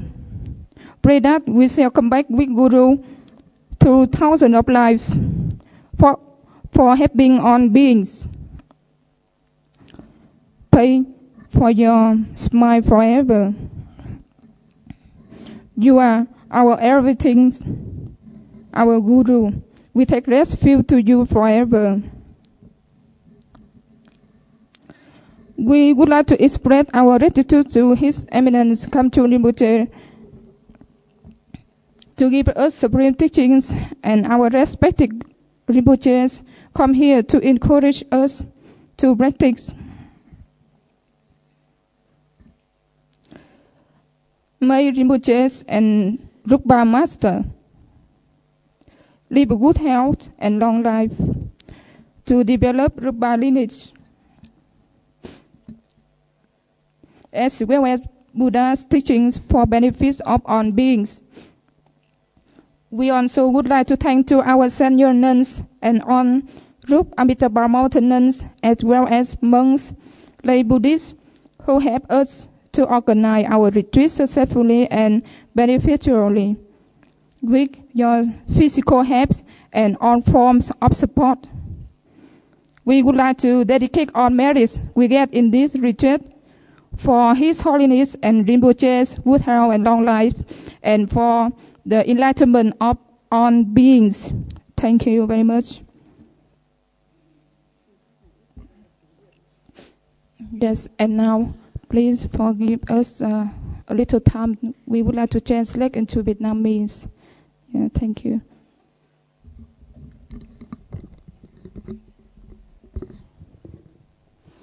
Nam mô Đại bi Quán Thế Âm Bồ Tát. Kính lạy Đức Pháp Vương muôn vàn tôn quý. Kính lạy Đức Nhiếp Chính Vương, toàn thể Phật tử Việt Nam chúng con từ đất nước Việt Nam xa xôi, hôm nay xin quỳ dưới gót chân sen của quý ngài, kính dâng lời tác bạch tri ân. Kính lạy Đức Pháp Vương muôn vàn tôn quý. Thật may mắn và hạnh phúc cho chúng con trong biển khổ mông mênh của luân hồi bất tận, bao kiếp trôi lăn, bao kiếp đọa đầy, chợt làm trâu làm bò địa ngục. Kiếp này may mắn thay, chúng con được sinh ra trong thân người quý giá, đầy đủ 6 căn. Và hạnh phúc nào hơn khi chúng con được hạnh ngộ, được hóa thân của Bồ Tát Quán Thế Âm. Trong biển đời, chúng sinh chỉ biết lao vào với cơm áo gạo tiền, thì chúng con được biết đến con đường tâm linh, được sự dẫn đạo của bậc đạo sư tôn quý. Ngài đã trở lại với cuộc đời, cúi xuống, bước vào cuộc đời ngũ trược ác thế, dang rộng vòng tay từ ái, tiếp dẫn chúng con từng bước trên con đường giác ngộ. Hạnh phúc nào hơn khi chúng con được đón nhận dòng chữa pháp ngọt ngào từ trái tim thấm đậm yêu thương của một vị Bồ Tát. Kính lạy Đức Pháp Vương muôn ngàn tôn quý. Những ngày chuyên tu trôi qua thật nhanh. Mới ngày nào chúng con khai thất chuyên tu, hôm nay đã kết thúc. Những dòng sữa pháp từ trái tim, từ trí tuệ của Ngài đã thức tỉnh chúng con, nuôi dưỡng chúng con, thức dậy Bồ đề tâm trong tâm hồn chúng con. Thầy ơi, ân nghĩa mãi không quên, con nguyện chứng chân để đáp đền. Thầy mợ giao chúng con hạt giống thánh, con nguyện mãi mãi thực hành theo. Kính lạy Đức Pháp Vương muôn vàn tôn quý. Bởi vô minh, bởi phiền não che lấp, chúng con bao nhiêu năm tưởng mình hành đạo, bao nhiêu năm tưởng mình xuất gia, nhưng thực tế chúng con sống như một người trần tục, với tham lam, tật đố, kiêu căng, với những động cơ thế tục, không phải vì động cơ xuất thế. Đến hôm nay, sau một tuần giáo pháp, chúng con như tỉnh cơn mê, như được nhận ra được mục đích, ý nghĩa của cuộc đời mình. Được sinh trong kiếp người quý giá, giá trị vô ngần, chúng con đã không biết tận dụng để lãng phí bao nhiêu năm qua. Thời gian cứ trôi mãi mà chúng con không tự gặt hái được gì, mặc dù mang danh là hành giả tâm linh. Thì nay, sau một tuần chuyên tu, được đón nhận giáo pháp tôn quý của bậc thầy Kim Cương Thượng Sư, chúng con ý thức được rằng mình chưa từng thực sống bao giờ. Mình sống mà dường như một tử thi, không ý thức được thực tại tuyệt đối, sống trong sự phân biệt, trong sự tật đố, tham lam, giận ghét. Bởi vậy, Ngài như đã sinh ra cho chúng con lần thứ hai. Lần sinh thứ nhất, cha mẹ sinh cho chúng con thân hình tứ đại. Lần này, Ngài sinh cho chúng con một thân hình mới của giới nguyện, của tâm linh. Và lần sinh này con hy vọng sẽ là lần sinh mãi mãi, sẽ là lần sinh không còn trong luân hồi sinh tử. Chúng con sẽ vĩnh viễn thoát khỏi luân hồi nếu có thể thực hành giáo pháp tôn quý của bậc đạo sư. Kính bạch Đức Pháp Vương, xin gia trì cho chúng con, để cho chúng con có thể biết sống để yêu thương, để chúng con có thể mở rộng lòng mình, đón nhận được tất cả chúng sinh và có thể sống vì mọi người. Xin gia trì cho chúng con tịnh hóa toàn bộ những phiền não, những xúc tình tiêu cực, chuyển hóa thành thực tại tuyệt đối của chính tâm chúng con. Chúng con hiểu rằng mục đích trở lại cuộc đời của Ngài là để cứu độ, để nâng đỡ chúng con trên con đường giải thoát. Ngài hy sinh toàn bộ thời gian, sức khỏe và ngay cả sự giải thoát của riêng mình để dành thời gian tận tình, từng bước, từng lời dẫn dắt chúng con. Ôi, tình thương của Ngài bao la quá, như bầu trời rộng lớn, chúng con không thể biết làm sao để đáp đền, chỉ biết nguyện sẽ cố gắng thực hành giáo pháp, cố gắng đem hết khả năng của mình để sống và đem lợi ích đến cho mọi người. Chúng con nguyện rằng hằng sa kiếp thạch nhân duyên, dù sinh bất kỳ nơi đâu, chúng con cũng được sự nương tựa vào ánh từ quang, vào trí tuệ của Ngài, được sự hướng đạo của Ngài dẫn dắt mãi cho đến khi chúng con đạt thành giác ngộ. Kính bạch Đức Pháp Vương, xin chứng minh cho tấm lòng thành và chứng minh cho những lời hứa nguyện của chúng con, và xin mãi mãi dõi theo, nâng giấc chúng con từng bước trên con đường giác ngộ. Xin hãy giữ chúng con trong trái tim và tình yêu thương, lòng từ bi của Ngài, bảo hộ dẫn dắt chúng con mãi từ nay cho đến ngày giác ngộ. Kính bạch Đức Nhiếp Chính Vương muôn vàn tôn quý, với lòng từ bi vô tận, Ngài đã tận tình hỗ trợ và trợ giúp cho khóa chuyên tu của chúng con được viên mãn. Giáo pháp của Ngài mưa xuống trong lòng, giúp chúng con nhận ra được căn bản của Tam Thừa, giúp chúng con nhận ra được nền tảng căn bản của giáo pháp chúng con cần thực hành. Với lòng từ bi vô hạn, Ngài đã bớt Phật sự đa đoan, Ngài đã bớt bao nhiêu công việc để đến đây trợ giúp cho khóa tu và sách tấn chúng con bằng những lời giáo pháp. Chúng con cũng xin phát nguyện cố gắng trọn vẹn thực hành giáo pháp theo lời Ngài dạy để có thể tự mình tìm được sự bình an sâu thẳm của nội tâm và chia sẻ niềm hạnh phúc ấy đến với tất cả mọi người. Chúng con phát nguyện sẽ cố gắng phát triển, đem hết sức mình để phát triển dòng truyền thừa Drukpa được tại Việt Nam một cách hoàn toàn trong sạch, thanh tịnh và viên mãn. Ngưỡng mong quý Ngài gia hộ, chứng minh và gia hộ cho chúng con. Cuối cùng, chúng con xin cầu nguyện Đức Pháp Vương mãi mãi trường thọ trên thế gian để đem dòng sữa Pháp tưới cho những tâm hồn khô cằn của chúng con. Cầu nguyện Đức Nhiếp Chính Vương trường thọ để trợ giúp dẫn dắt cho giáo Pháp truyền thừa Drukpa quang vinh mãi phát triển tại Việt Nam cũng như khắp toàn thế giới. Một lần nữa, chúng con xin kính dâng lên Ngài trọn vẹn lòng chí thành, đỉnh lễ tri ân. Nam mô Đại Bi Quán Thế Âm Bồ Tát Tác Đại Chứng Minh.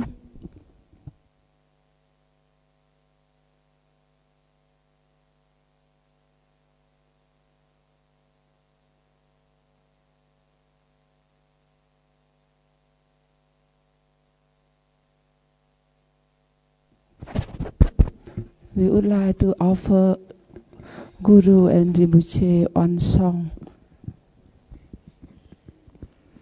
Các Phật tử Drukpa Việt Nam xin hát theo nhà chùa nhé.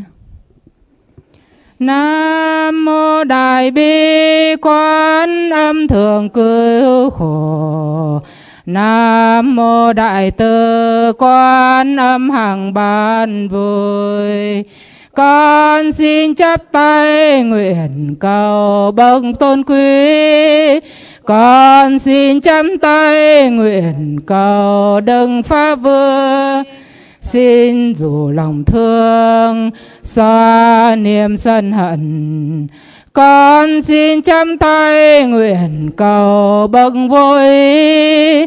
Con xin chắp tay nguyện cầu Đấng toàn tri. Thầy là rặng tước sơn ngàn đời tuôn trải. Thầy là cây tình thương bom ngát mọi loài.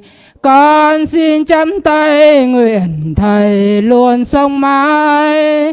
Con xin chắp tay nguyện Thầy sống dài lâu.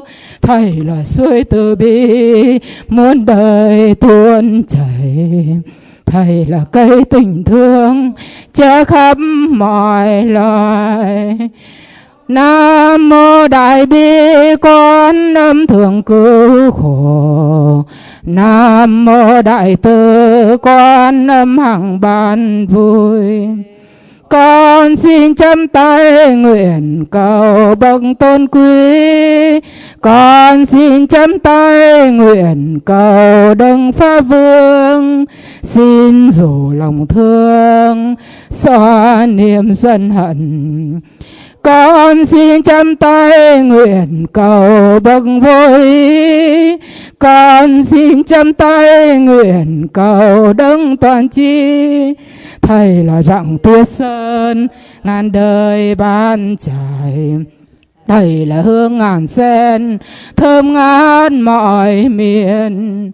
Con xin chắp tay nguyện Thầy luôn sống mãi, con xin chắp tay nguyện Thầy sống dài lâu.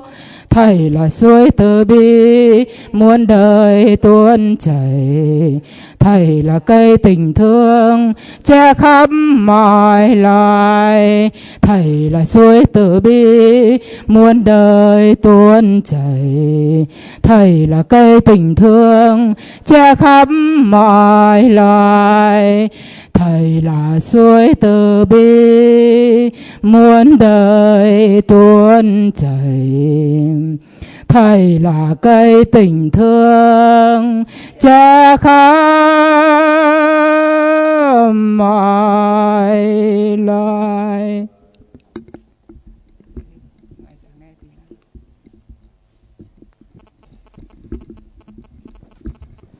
Yes, we thank you, His Holiness, His Eminent Rinpoche, and all of you listen to us.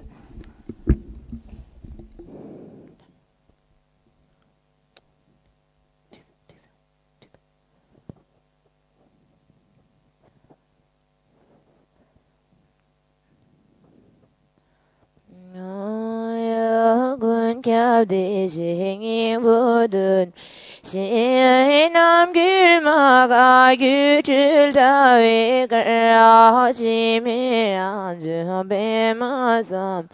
Ve ding di si ve mi to char du bo, jig me jing a jube ba o ni judul ban. Gelbe düzü cewa cembare düdüm onzo. Gon kiten rebel düzab dişo radın düzam gon bedel cinzo. Chiling atangi hedil jinam drelam lagu jindu. Xa bê gân ghê tên bê trà xí sư gân kéo đê xê nghiêm bố đư. Xê nam gư mà gà gư trư trà bê gà chê mê rà chư bê mà sâm bà. Mê tu char du bố chinh mê rì ngà trư bê bà ô ni. Rudul ve ma gel be du jin wa chen ba re du du mon zo ba gun ke din ba du ja de shu ra de de sam gon be de jin zo xin tu chi zum ti le nga dang ge de jin nam de la. Kal ghé tên bế trà xí sư quân kéo đế xế nghiêm bố đồn mì xí.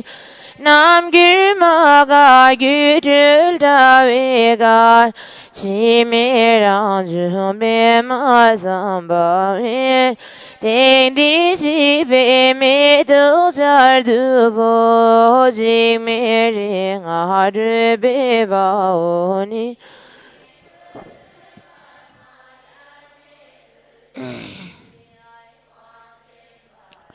Tu tu ngon zo ba gun ki din bal du jab din shu ra du du sam gun bi zal jin zo xin tu ji zum ti le nga tang ge de jin nam de lam la go jin.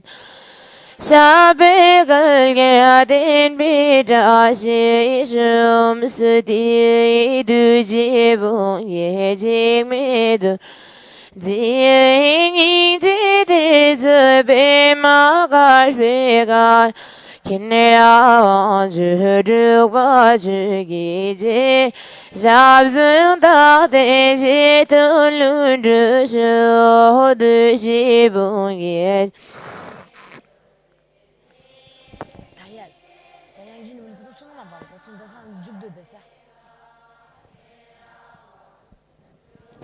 Chugije jabzun da de jitulun du du jibun ye jigmedu Zingin jidir be magash begar Kinea juduk bajigi Shabzun da de jitulun du jibun ye jigmedur je Nin jidir be magash begar Kinea juduk bajigi Shabzun da de jitulun du jibun ye jigmedur je Nin jidir be magash begar Kinea juduk bajigi je Shabzun da de jitulun du jibun ye jigmedur Nin jidir be magash begar Kinea juduk bajigi je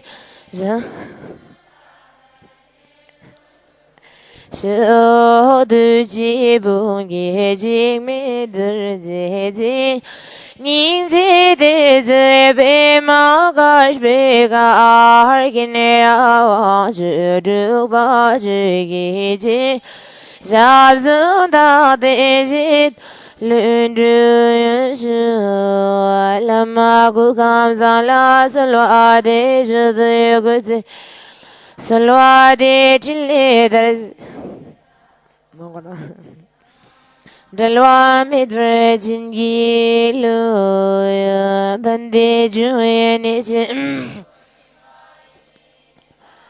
Temba zinbi gibu nam gute gelse den gyurchi shunga chimbo rai Dungala simche dargi shukalba chiwa samye Shitun tijin shugyurchi Savi lame gute temba Kanyam yung la dikye chungwa dang dang se malu soksa dipchan Ngirdu namkin gupan tubar shu Kiwa gundu yang dalama Dalmi chuki bela long chu jisa dalam ki yunde rapsu Durji Toi shu gong me din sa in be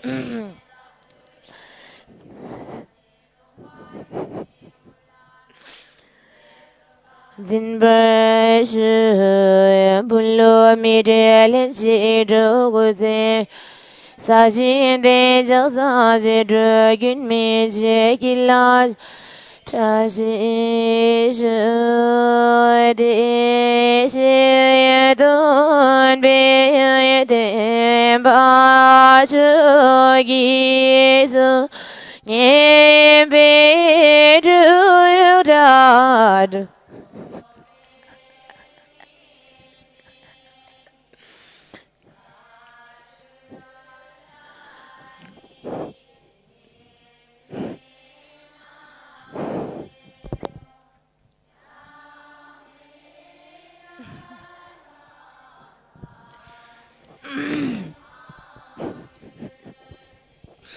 Dom suyam nhìn nơi ở ta thời sam có bề trí sa diễn bề chi den zi be mo zo chi yang yi yang be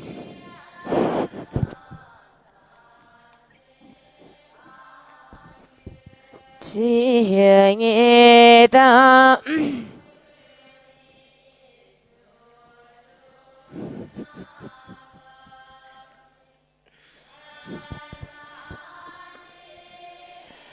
rin jin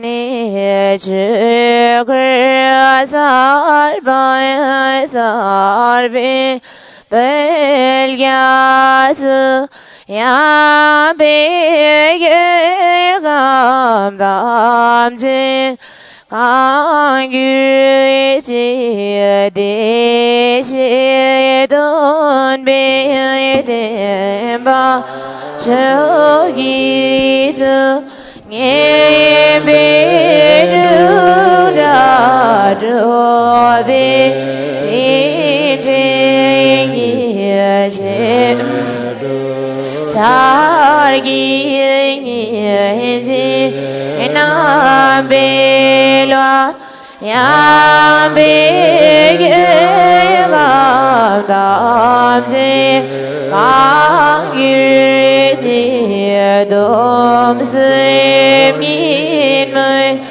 o da da zhu xi thời gian vui bề đi ra diễn bề chỉ đến gì bề mỗi rồi chỉ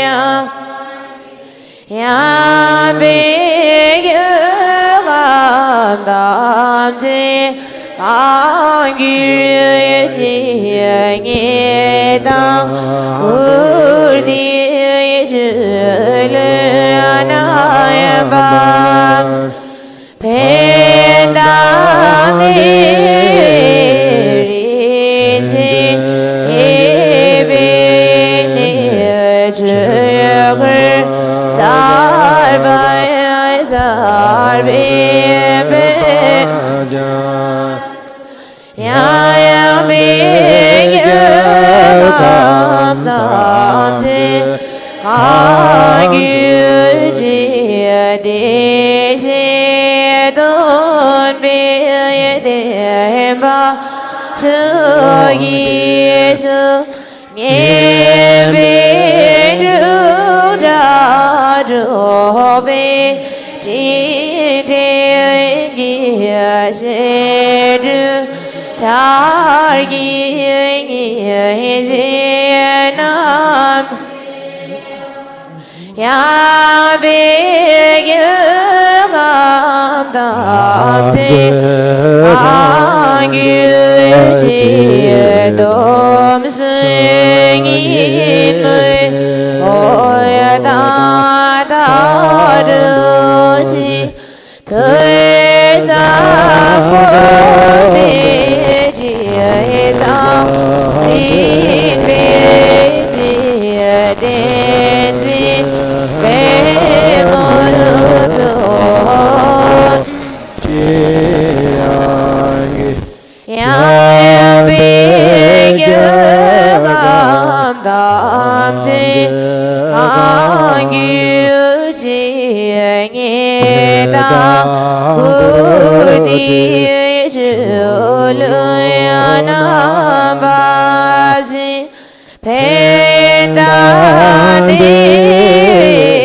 ri ji ye be ni zhe ge zar ba zar be be